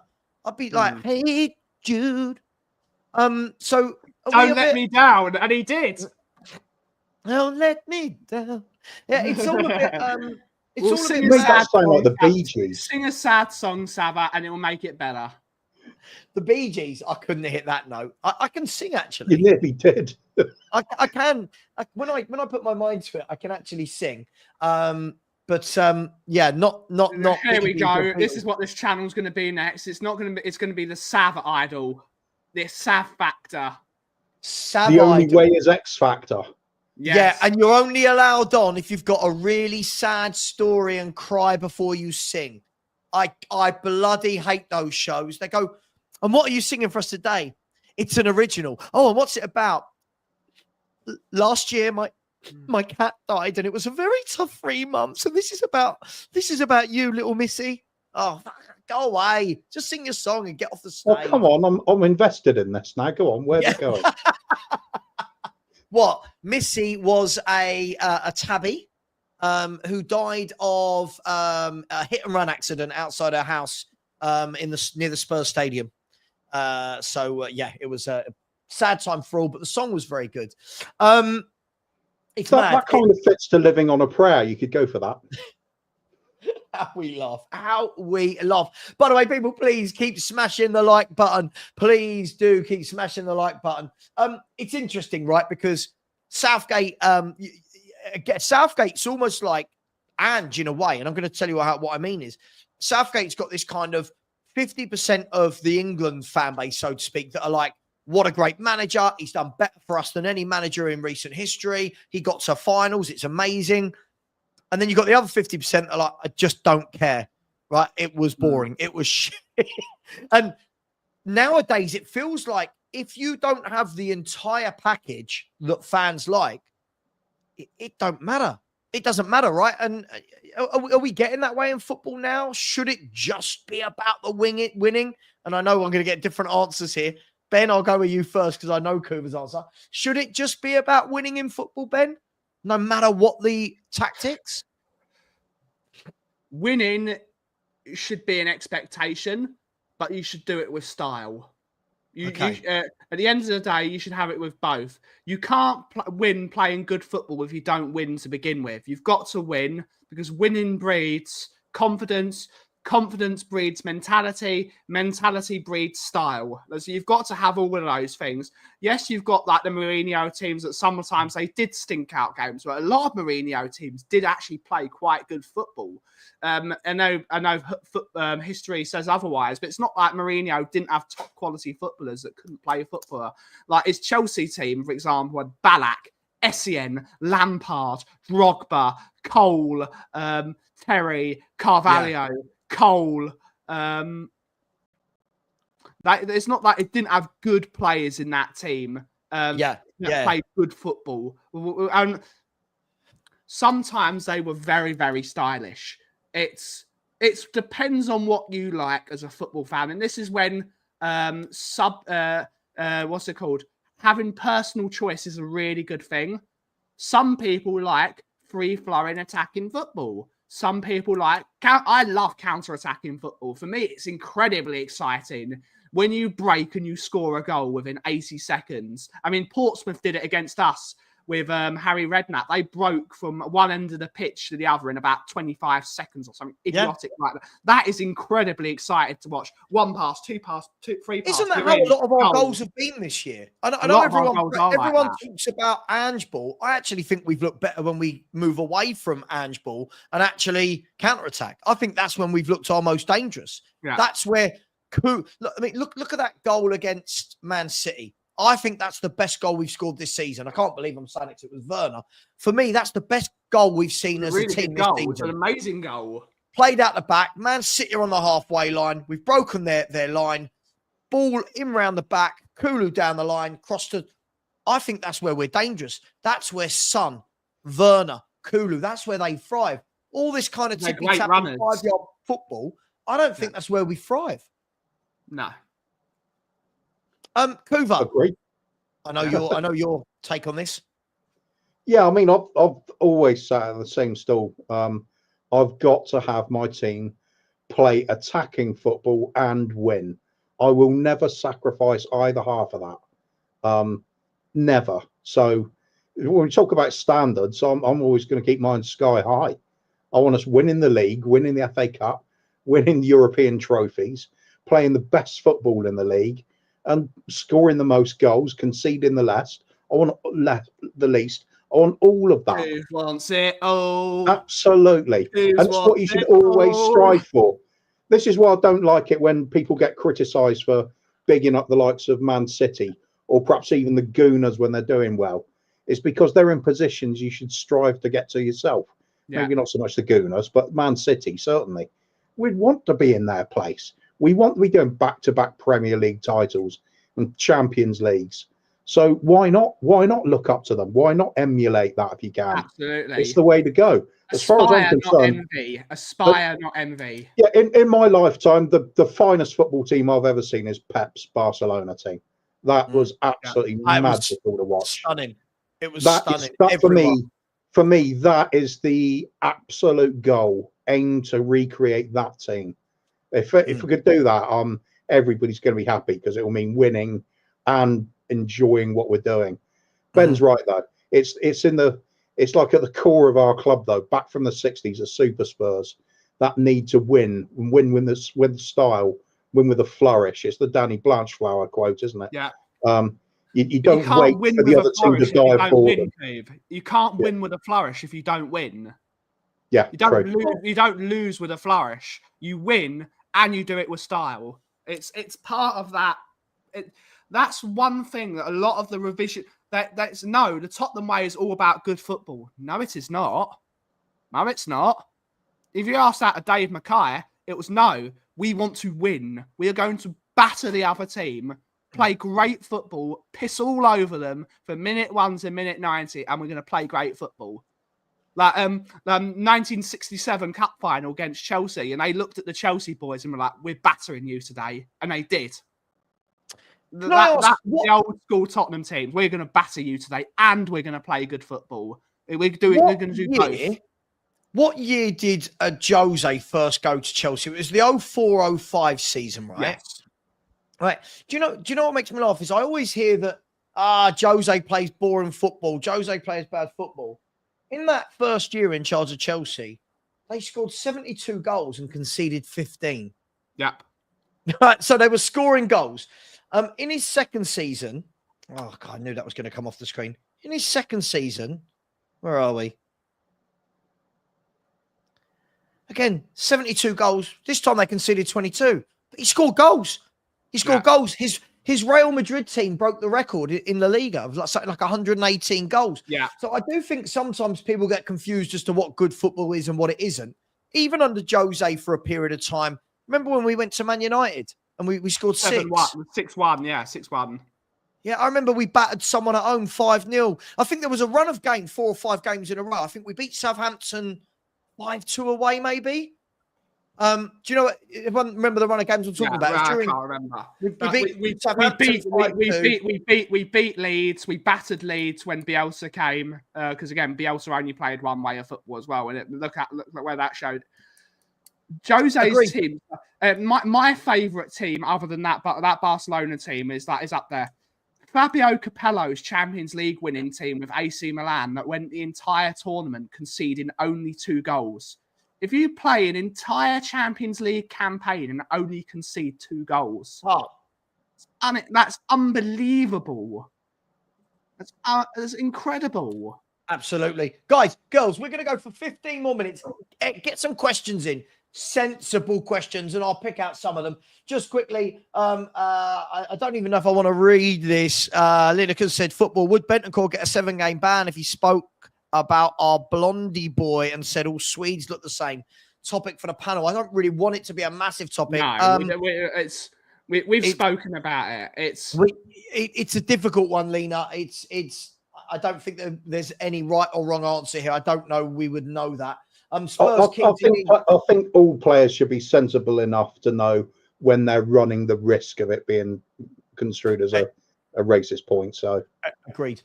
Completely agree. Spurs King QA has said, who's the bigger bottler, Southgate or Arteta? So obviously Arteta 2 years in a title race. Southgate 2 tournaments, getting to a final and losing both to the better team. Just quickly, guys, not massive, but who's the bigger bottler, Arteta or Southgate? For me, Southgate isn't a bottler. For me, bottling is when you actually have something in your hands and then throw it away. Yeah.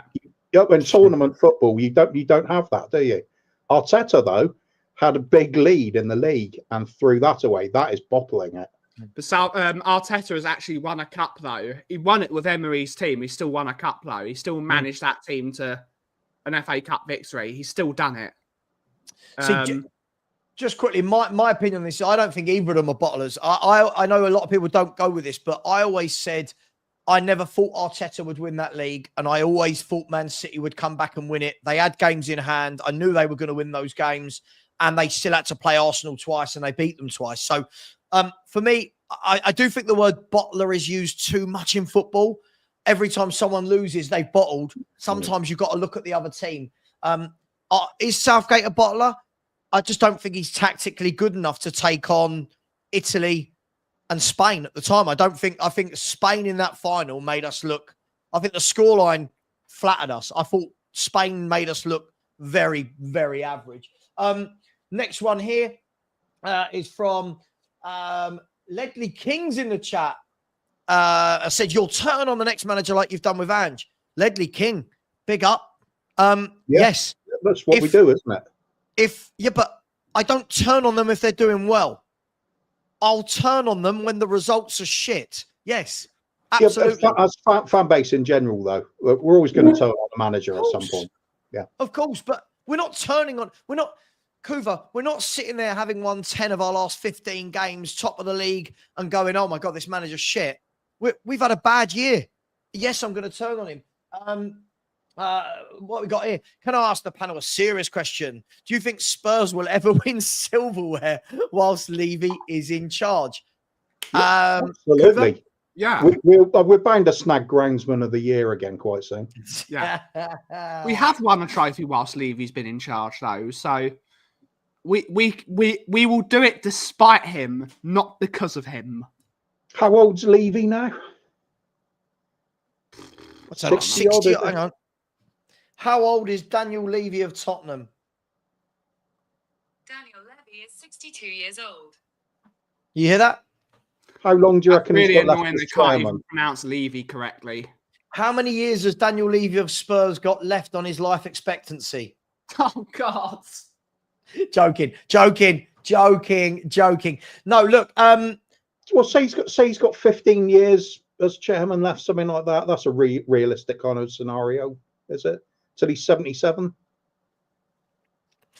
I mean, look. Are we going to win a trophy in 15 years? Is then the question. Yeah, probably not. Look, the way I see it is we've won one under him, so it's possible. Listen, at some point, teams can fluke a trophy. Yes, so we can. I think the better question is, can we win trophies sustainably under Daniel Levy? And I think the unanimous answer is probably going to be no. Here we go. Uphill Gardner said Arteta holds silverware, Southgate doesn't. Arteta won with a failing Emery team. I mean, when we're calling it a failing Emery team, Unai Emery didn't even have he had one season. Yeah, and people are telling me that team's failing. At the same time, they're telling me that Ange Postecoglou needs more time and he's had 18 months. Which one is it, right? Which one is it? Poch is, I know who this is now, by the way. It's somebody that I've banned and has come back. Poch is the biggest bottler, yet you're in love with him. Oh, I'm not in love with Poch. I mean, I was someone who was very actively saying at the time, guys, he needs to go. I think you're confusing Poch with Harry Redknapp. Now, I love Harry Redknapp. I love Harry Redknapp. I think you're confusing the two there. But these veiled little digs. Okay. Oh, you love Poch. Where are you? Question from Bobby K. I said, if you're Ange out, then what manager comes in and impacts the current squad and get the results fans want? Many managers come in and do better with this group of players. I think Thomas Frank would. I think Iriola would. I think Silva would. There's just three that are not even glamorous names or glamorous clubs. Just solid managers for me that get the best of them. I think the Girona manager would do well. Girona's a good team. They're doing very well at the moment. I would love Mr. Atalanta. I would love him to come to our club as Gasparini's too old, unfortunately. I don't care. I don't care. I'll have Gasparini when he's 100 over Ange Postecoglou. I think the thing is, Bobby, I hear this a lot when people say who comes in. I'm not saying you've phrased it like this, but for me, I want to look at the problem at hand, not the problem in the future. For me, he's not doing well. And when people say who can come in and do better than a manager that's not doing well, again, I look at the league table, right? I'll tell you what, let's look at this league table, right? If we look at this league table, present, share screen, there you go, the league table, right? If we look at that, how do Fulham, Brighton, Bournemouth, Brentford, if we go down there, I say down there, look at the points they're on, Bournemouth, Brentford, how do these managers do what they're doing? They haven't got the players we've got. They don't have Romero as a World Cup winner. They don't have Van der Ven who's amazing. Supposedly, Savva, we've got one of the best back fours in the Premier League, yet we ship in 62 goals. Exactly. So for me, I think when you've got these managers here, and again, it's not an exact science, right, Kuva? It's not an exact science that manager does well at a smaller club, comes to a bigger club. But I don't think we're that big. It's not like someone's going to Man United. It's not like someone's going to take over at Liverpool. We're not a club that win titles. For me, I think an Iriola, I think a Marco Silva, a Thomas Frank, I think they come in and I think they work with what they've got and get players in their right position. We agree on Savva, isn't it? And they run through brick walls for the manager. What say you? Yeah, I agree. You've got to look at the squad you've got and then realise what it is you want. How far apart are they? If they're a mile apart, you're not going to get it built before you're suddenly under pressure and going to get sacked. So you've really got to start looking at what can you do with what's there and go on the assumption that you aren't going to get the players you want. It's got to be something else that gets you over the line. I think ultimately the problem really goes down to recruiting Ange in the first place. If we knew the type of manager we're getting in and what's required, somebody surely would have been able at the club to say, let's look at this squad. We're really not up to this kind of football. This is going to take a very long rebuild yet again. And is it all going to tie together? No, of course not. But in the meantime, you make do with what you got. Managers all over the country have to do this week in, week out. They earn their money by doing it, especially in lower divisions where money is scarce. And you do have to play almost kids that have just come off the street and suddenly thrust into the first team. You find a way. You find a system to make it work with what's there. And at the moment, I think all of us pretty much are looking at the likes of Porro saying maybe he should be on the wing. Doggy, make him an out-and-out overlapping wing back. Little things like that coming together that would really help. And do we have that proper number 6 we're talking about, rather than Ange saying he doesn't play with a 6 or an 8? It's more all-rounder box-to-box players there. It doesn't seem to suit us. And after a couple of transfer windows, it still doesn't seem to suit us. I don't see where we're going with it, and if we don't ever change things, we're never going to know if it works with a squad of players. So it's difficult to justify him at the moment. It's bold though, isn't it, to have a manager come in who's never done this at a top club and say, "This is how we play. I need players for this." The only way I can liken it to is look at Man City, right? Man City play the closest thing I can think of to what Ange Ball wants to be, and you've got to have a top manager and top players to pull it off.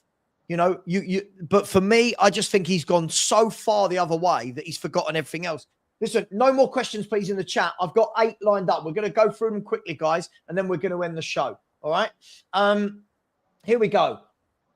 Guys, Tushi has asked, where do you think we'll finish if Ange stays? Ben? 7th. 7th. Kuva? Anywhere between 4th and 10th. So 7th? Flip a coin several to 7th then. I've gone for 7th. And again, just so anyone doesn't think I'm lying, I have factual evidence that I predicted 7th before the season started. 7th is where I see Tottenham Hotspur at the end of the year.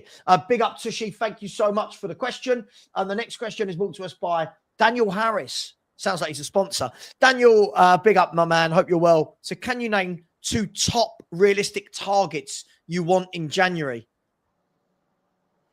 Oh, you need to think. I know the position. I know the positions we need. Yeah. I know the positions we need, but will we get top play? We need another left back. Yeah. We need a backup goalkeeper. Yeah. And we need an actual defensive midfielder.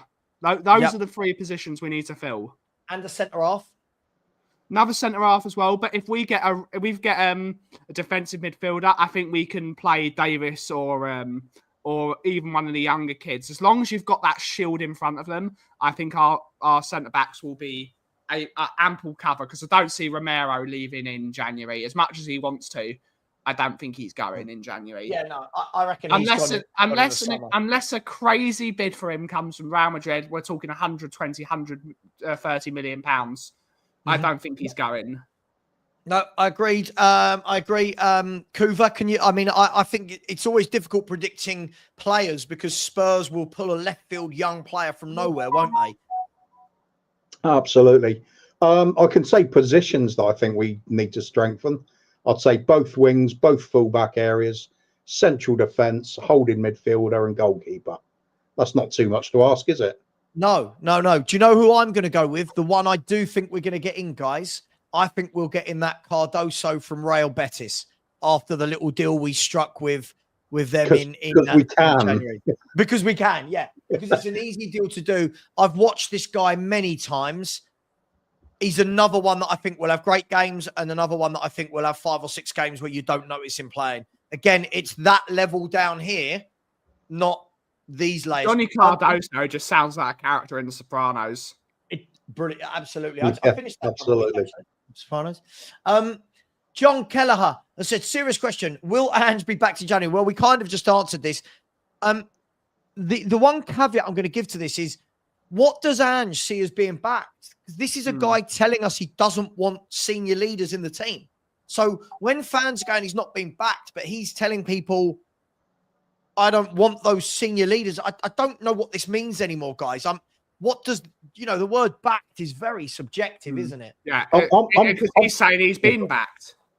Yeah, he's saying he's been backed, but I'm actually fine with it at the moment, with the definition of what it is, because as far as I'm concerned, for Ange's system to work, we need the very top quality players available on the market. Yep. Are we going to provide that? No, we're not. So he's not going to get backed. So he needs to adapt. Yeah. I think Danny sums it up well. He said, when you play poker, yes, you've got all your skills, all your tricks, all your tips that, you're bluffing, you're blagging, but you still have to play the hand you've got. And for me, this is what I keep saying. It's not about, oh my God, I don't want Ange here because we're not top of a table. I just think we've got better players than losing 17 out of 39 or 10 in 18. We shouldn't be losing this volume of games. We're losing games at a better volume than most of the bottom half. It's crazy. Aussie 13 said, would a trio of Son, Kane, Sadio Mane won the league and the Champions League under Poch? Yes. You can say that Sadio Mane didn't play on plays on the same wing as Sonny, but they could have adapted. Those three up front would have been deadly. Maybe not win the Champions League, because I think we were short in midfield. I mean, our midfield in the Champions League final was Harry Winks and Musa Sissoko. That's not going to win any Champions League final, let alone against one of the best Liverpool teams I've ever seen. Mane was that player that regularly got Liverpool the win out of a certain draw, and he did it time and time again. Energy and that's as well. exactly what we needed. Top player. Energy. Can I tell you the only reason why I'm going to disagree and say no? Because I don't think Tottenham's problem then was scoring goals. The problem was the depth in the squad. It wasn't that we had a brilliant team. Sadio Mane, would he have made it better? Yes. I just don't think he would have helped the squad. Do you know what I mean? Yeah. Like, I don't think it would have helped. Midfield is what we needed. We needed, the moment Moussa Dembele went to China in January, we should have spent enormous money on a defensive midfielder, like beyond enormous money, just to get us over the line, because winning the Champions League brings in enormous money and brings in, and this is me sounding like Levy here, winning the Champions League brings you in enormous commercial opportunities, and we would have made so much money from winning that trophy. It wouldn't have mattered if we just gone out of our way to just bring in a defensive midfielder to cover for Dembele, so we didn't end up with Harry Winks and Sissoko in midfield. Agreed. Yeah. But I'm not knocking Mane in any way. I think Mane. No, he's class. It was class. I think that season chasing Leicester, if we'd gone into the running of those fixtures with a 4 or 5 point lead over Leicester rather than chasing 4 or 5 points. Yeah, sure. And that's what Mane could have brought us that season. Quite possibly, yeah. Ifs, buts, maybes. By the way, where are we? Albert, we're going to just rattle through a few quick questions. Albert, morning, lads. Have you seen Harry Kane's statue? Yes. Faults? It's not very flattering, but fair play to the man. Anyone who gets a statue made about them, you're doing something right. He deserves it. Cool.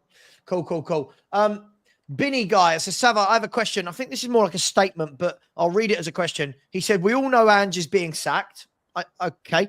It's just a matter of time. We all know it. Just imagine City and Roma 2 games in a row losing will be an end of Ange ball. I guess the question there That's is, not a question. okay, let me phrase it as a question. If we lose to Man City and to Roma, is that the end of Ange? Personally, I don't no. think it is. No. I don't think it is. I think we will have to lose 4 games out of the next few. I think if we lose against City, Roma, Fulham, and Chelsea, then I think Levy will, especially if we lose that Chelsea game at home. If we lose to Chelsea badly at home, which Chelsea have come to us with worse teams and beaten us quite convincingly. I agree. If they come to Spurs and beat us at home again, I think there's going to be some serious question from the fan base, and speakers will be turned up. I agree. Kuva, just quickly. I think the Man United game is massive for the cup. I think if we get an unfavourable draw in January and we go out cheaply in the FA Cup, if we're at both domestic cups and our league form still struggling, I think he's under colossal pressure at that point. Yeah, I think it's too soon now. I do think it's too soon. By the way, I fully expect to beat Roma. I fully expect they're in a mess. Dilly ding, dilly dong. We're in Champions League, man. I think they're in a mess at the moment. So I fully expect to beat Roma. Surely, I know this is. I'm going to knock on wood here. What's the most wooden thing I know? So much for rattling through these questions when Ben keeps adding on bit. Surely we can't lose to Claudio Ranieri. Surely. Has he just gone to Roma? Yeah, he's the new manager of Roma. Wow. By the way, it's just been announced. Hence the dilly ding, dilly dong. Frank Lampard is deep in talks with Coventry. So Coventry fans look forward to that. By the way, Emma Raducanu has just won, if anyone cares. Patrick has said, if Ange won a trophy but finishes bottom half, does he keep his job? Yes. Yeah. I think if we lose to Man United, we're not winning a trophy this year because we're not winning the FA Cup, I think. And I don't think we can't win major European trophies if we can't win away from home. This is why the away form of only winning 3 games in the year is not acceptable. Exactly. A trophy gets fans off Levy's back a little bit longer, so he'll keep his job. Do you know what? For me, I think this question can be looked at in 2 ways. One, do I think he keeps his job? Yes. Would I be happy if Tottenham finished bottom half? For me, that is disgusting and completely unacceptable. Yes, we'd have won a trophy, but Tottenham should never be bottom half, ever. We did not move to this new stadium to be bottom half. I'm going to read this question and my front door's gone. Kuva, can you read it for me? Because considering it's your buddy. It's Bobby K. Shall I do it as Bobby? No, probably wrong channel for that. No, don't. Hypothetical. New owners come in. If they're a business, buying a business and not a football club, will we really be better off? Easy answer. No, of course not. It's just swapping like for like, isn't it? Unless perhaps the business is Amazon, who realise what they are. Amazon and they want to be the best. Absolutely, because they will want to build the world's greatest football team and NFL team, all in the same stadium. Google as well. They want the world's best team. Tesla, Elon Musk, please buy Tottenham. Imagine Elon Musk if he can make Tottenham win something. He'd think he's a god. He can have a reputation as crazy as it gets. If he buys us, I'm all in. Elon Musk, please buy Tottenham. Just imagine what Twitter's going to be like then. Yeah, that would be if Elon Musk bought Tottenham, Twitter would have a rule that you can't diss Tottenham on it. It'd be great. And happy birthday to Frank. Happy birthday. Oh, it was him at the door, was it? It was Frank. Ask him where all his birthday biscuits are. Look at him. This is my baby. I love this boy. This is my baby. He supports Wolves in his goal, don't you, mate? Yeah, he does. You're a good boy. Go on. Yeah, sorry. My uncle's just turned up and my uncle spoils him rotten. You know what, Savva? With your reputation online, I'm surprised you haven't got a Rottweiler. That's my baby. That's my baby we're talking about. I didn't hear any of the answers to Bobby K. I didn't even read it. New owners, if they're a business buying a business and not a football club, I mean, that's the That's the dice you roll, right? And unfortunately, we've got so far down the line that it is going to be a business buying a business, isn't it? That's hence back full circle to the logo. Just quickly, a couple of questions. Karate, big up to you, Karate. Comes in with a late super chat in the 97th minute and said, "What's your opinion on Mark Goldbridge on Spurs?" Good. I'm glad you didn't ask me my opinion on Mark Goldbridge. Not that it's bad. I think he's very funny.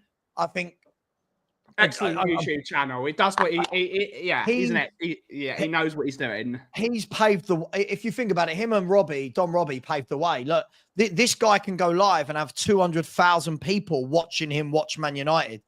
Like 200, like that. That's mad. More people watching him that are actually in the stadium.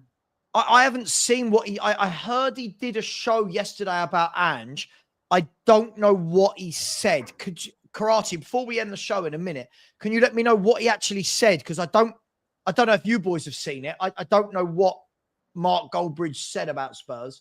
While we're waiting for that, these guys have no credibility talking about Levy and thinking Elon Musk would be better. I have no idea what that means. It's because we said Elon Musk should buy Tottenham because he'll make Tottenham win because he's the richest bloke on the planet and he'll just spend and spend and spend to make his team. And he's got ego. He'd want to be the best. He's got ego. Terry, so let's have a question. Would you take Palace? No, that doesn't say that at all, does it? Would you take Mitchell from Palace or Lamptey from Brighton as both in the last 6 months of contract and can see it happening because it's typical Levy? I'd have Tyreek Mitchell. I think he's a good footballer. I like Tyreek Mitchell as a left back. Yes. Not as an inverted, but it's good for the homegrown quota. But I think he's a good footballer. I think he could do a job for us. Yeah, I agree. I like that. Lamptey for me, I think a few years ago, Lamptey was flying, right? He was really flying. But and now the last couple of years, I don't seem to know. But Kuva, where Terry is bang on, both of these scream Daniel Lee, like both of these scream Tottenham. We'd have YouTube videos about why. My God, Tarek Lamptey is the best right back in the world. He is an Ange ball expert, but this would sum it up. Along with every Leon player as well now, isn't it? So yeah. So, well, Angel Gomez is one they're talking about. I would sign Gift Orban. I think Gift Orban would be something for our team. He's quick. He might add talent to our team. Yeah, I just don't know what's going on. Ange is not going anywhere with the way Levy has backed him. Remember this then. The next time you come in and say something to me about Ange when we lose, just remember, everyone, that you said Levy has backed him. Anyone, what did Mark Goldbridge say? Can anyone? Oh, Mark Goldbridge has done some very... okay, I'm not getting into that, mate. That's not what this channel's about. I don't know what he said. Easy response from me anyway. I don't know what he said, and I just couldn't give a toss. I don't watch his channel. It's not superb. Spurs. There we go. I don't know what he said. Delightful medley of football in splendour, in the words of absolutely. Rory. A user said, if Ange jeopardises top four, he's gone. Correct. A user, for me, I don't think it's about... I think, again, not just you, but when football fans talk about things like, guys, I don't know, just for a couple of minutes, we will go. I hear people say things like, do you know what? We should forget the league, just concentrate on a cup. Don't worry about the cups, just concentrate on top four. I feel like we're saying it as though we've got a choice. Like, do you know what I mean? Like, as though we just go, you know what? Don't worry about the league, just win the cup. Like, it's like, do you know what I mean? Like, don't worry, we're winning the cup. I get what he's saying, but Daniel Levy, I think once the magic number goes to 8-9 points off top four, then we're going to have a conversation, aren't we, lads, as to whether or not he's sacked. That's what Levy does. It's how many points a manager is away from top four before they get the bullet. In the past, I'd agree with that. I think right now, Levy's got more of a sense of he wants to keep the fans happy because he knows we will get noisy, we will get angry if the manager gets sacked and we're going through another manager search for some unknown yet again. And if we do get a trophy, let's face it, fans are going to be happy, even if it's kicking the can down the road. It's a temporary. Does he care? When you're saying the noises we're making, he's looking for investment anyway. He's never given a shit to date. The stadium's still going to be full of 62,000 people buying NFL shirts, Sun shirts, merchandise. It's the equivalent of turning the. It's the equivalent of turning the volume up, isn't it, when the fans are booing at full time? Yeah. But that's what. Do you remember that year when they did that? When there was the booing, so they put the fake noise. They did it. They did it against Ipswich. Yeah, it's what they do. I don't think he cares as long as there's 62,000 people week in, week out in that stadium. I don't think this is where maybe we're slightly different. I don't think he gives a monkeys. I really, really don't. Moving on to the next super chat. Big up Phil Coys with a super sticker. Really appreciate you, buddy. Thank you very much. Really do appreciate that. Nige from Pure Coys has said, great show. Love you guys. Listen, big up, Nige. Nige, hit if you have you either of you ever worked with Nige? No, I know he's worked with my channel, but not worked with me personally.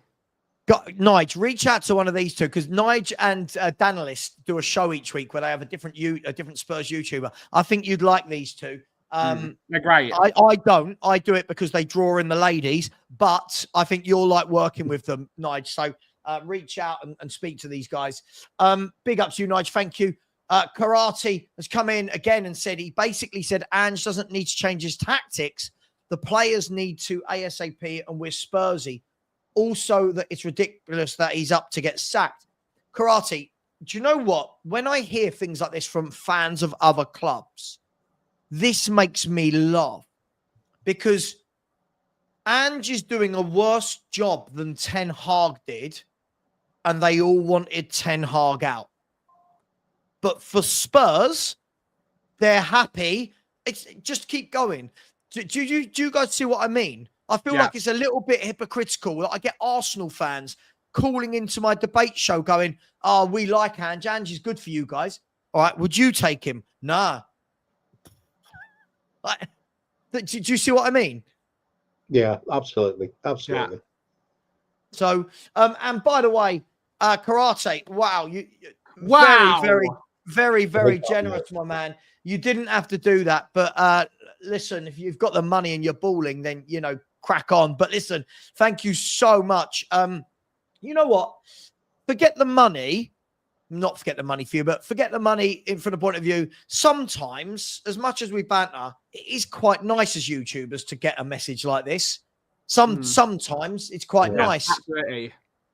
We're told how bad we are all the time. Well, I am told how bad I am. Told my wife's a whore. Fans like you, Savva. It's fans like you. Got fellow Spurs fans making videos about me, lying to the world about who I am, lying about what I've said. People calling my wife names. The super chat's even in red for you there, Savva. So absolutely. So Karate, I really appreciate that because I believe that's magenta, Kuva, not red. I do put a lot of effort into my content and my guests and thinking of different shows for everyone and trying to be original. So I do appreciate that. Karate, thank you very much. Please, can you email me so I can thank you properly? The email's in the bio of my show. So thank you so much, dude. I really appreciate that.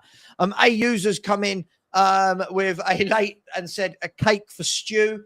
Do you mean cake for Frank, whose birthday it is? Or are you talking about Stewie the pug? Either way, thank you so much. Really appreciate you, a user. Did you miss Faz's super chat? No. Okay. I'm doing it. I'm doing them now. Oh, let's see. Ben's even moderating me. Ben's moderating me on my own show. Yeah. Big up to you, a user. Consistency and order, Savva. Yeah, I know. Big up to you, a user. And big up Faz Radfar. We haven't always seen eye to eye. I love the way you've changed this year from 3-1 Spurs to 4-1 Spurs. So big up Savva and the panel. Hope all is well. I think we're all very, very well. Thank you very much. Listen, guys and girls, really appreciate all of you. Thank you so much. Really enjoyed that today. Some real random conversation. We'll be back next Tuesday, by which time we will have played Man City, guys. We will have played Man City. So it might be a really fun show, or it'll be a Oh, we've been battered by Man City. Who knows? Please get over and subscribe to the Free Spurs Boys. Ben's going to put the links in right now. I know it. I can see his mind working. Please get in and subscribe to the Free Spurs Boys, which is Kuva and also Bobby K, who'll probably be messaging me, calling me racist later for something I said or didn't say to him. And please subscribe to the Calfee Company. Subscribe to as many Spurs channels as you can. Some are great content creators with a good laugh. So, guys, girls, much love. Thank you very much. There's the links. Boom. The Coffee Company. On the road to 800. Let's get to 800 on the Coffee Company today. Let's do it, people. Not possible, but... guys, girls, thank you very much. Take care. I'm going to go and show some birthday love to Frank, giving him some food that he's probably going to throw up in the garden in 10 minutes. Thanks, everyone. Take care. And as always, come on, you Spurs. And train. Woo. Woo. Can I get everyone, before we go, can I get your biggest excitement for Spurs? Woo. Hey. Hey. See you later, guys. Bye-bye.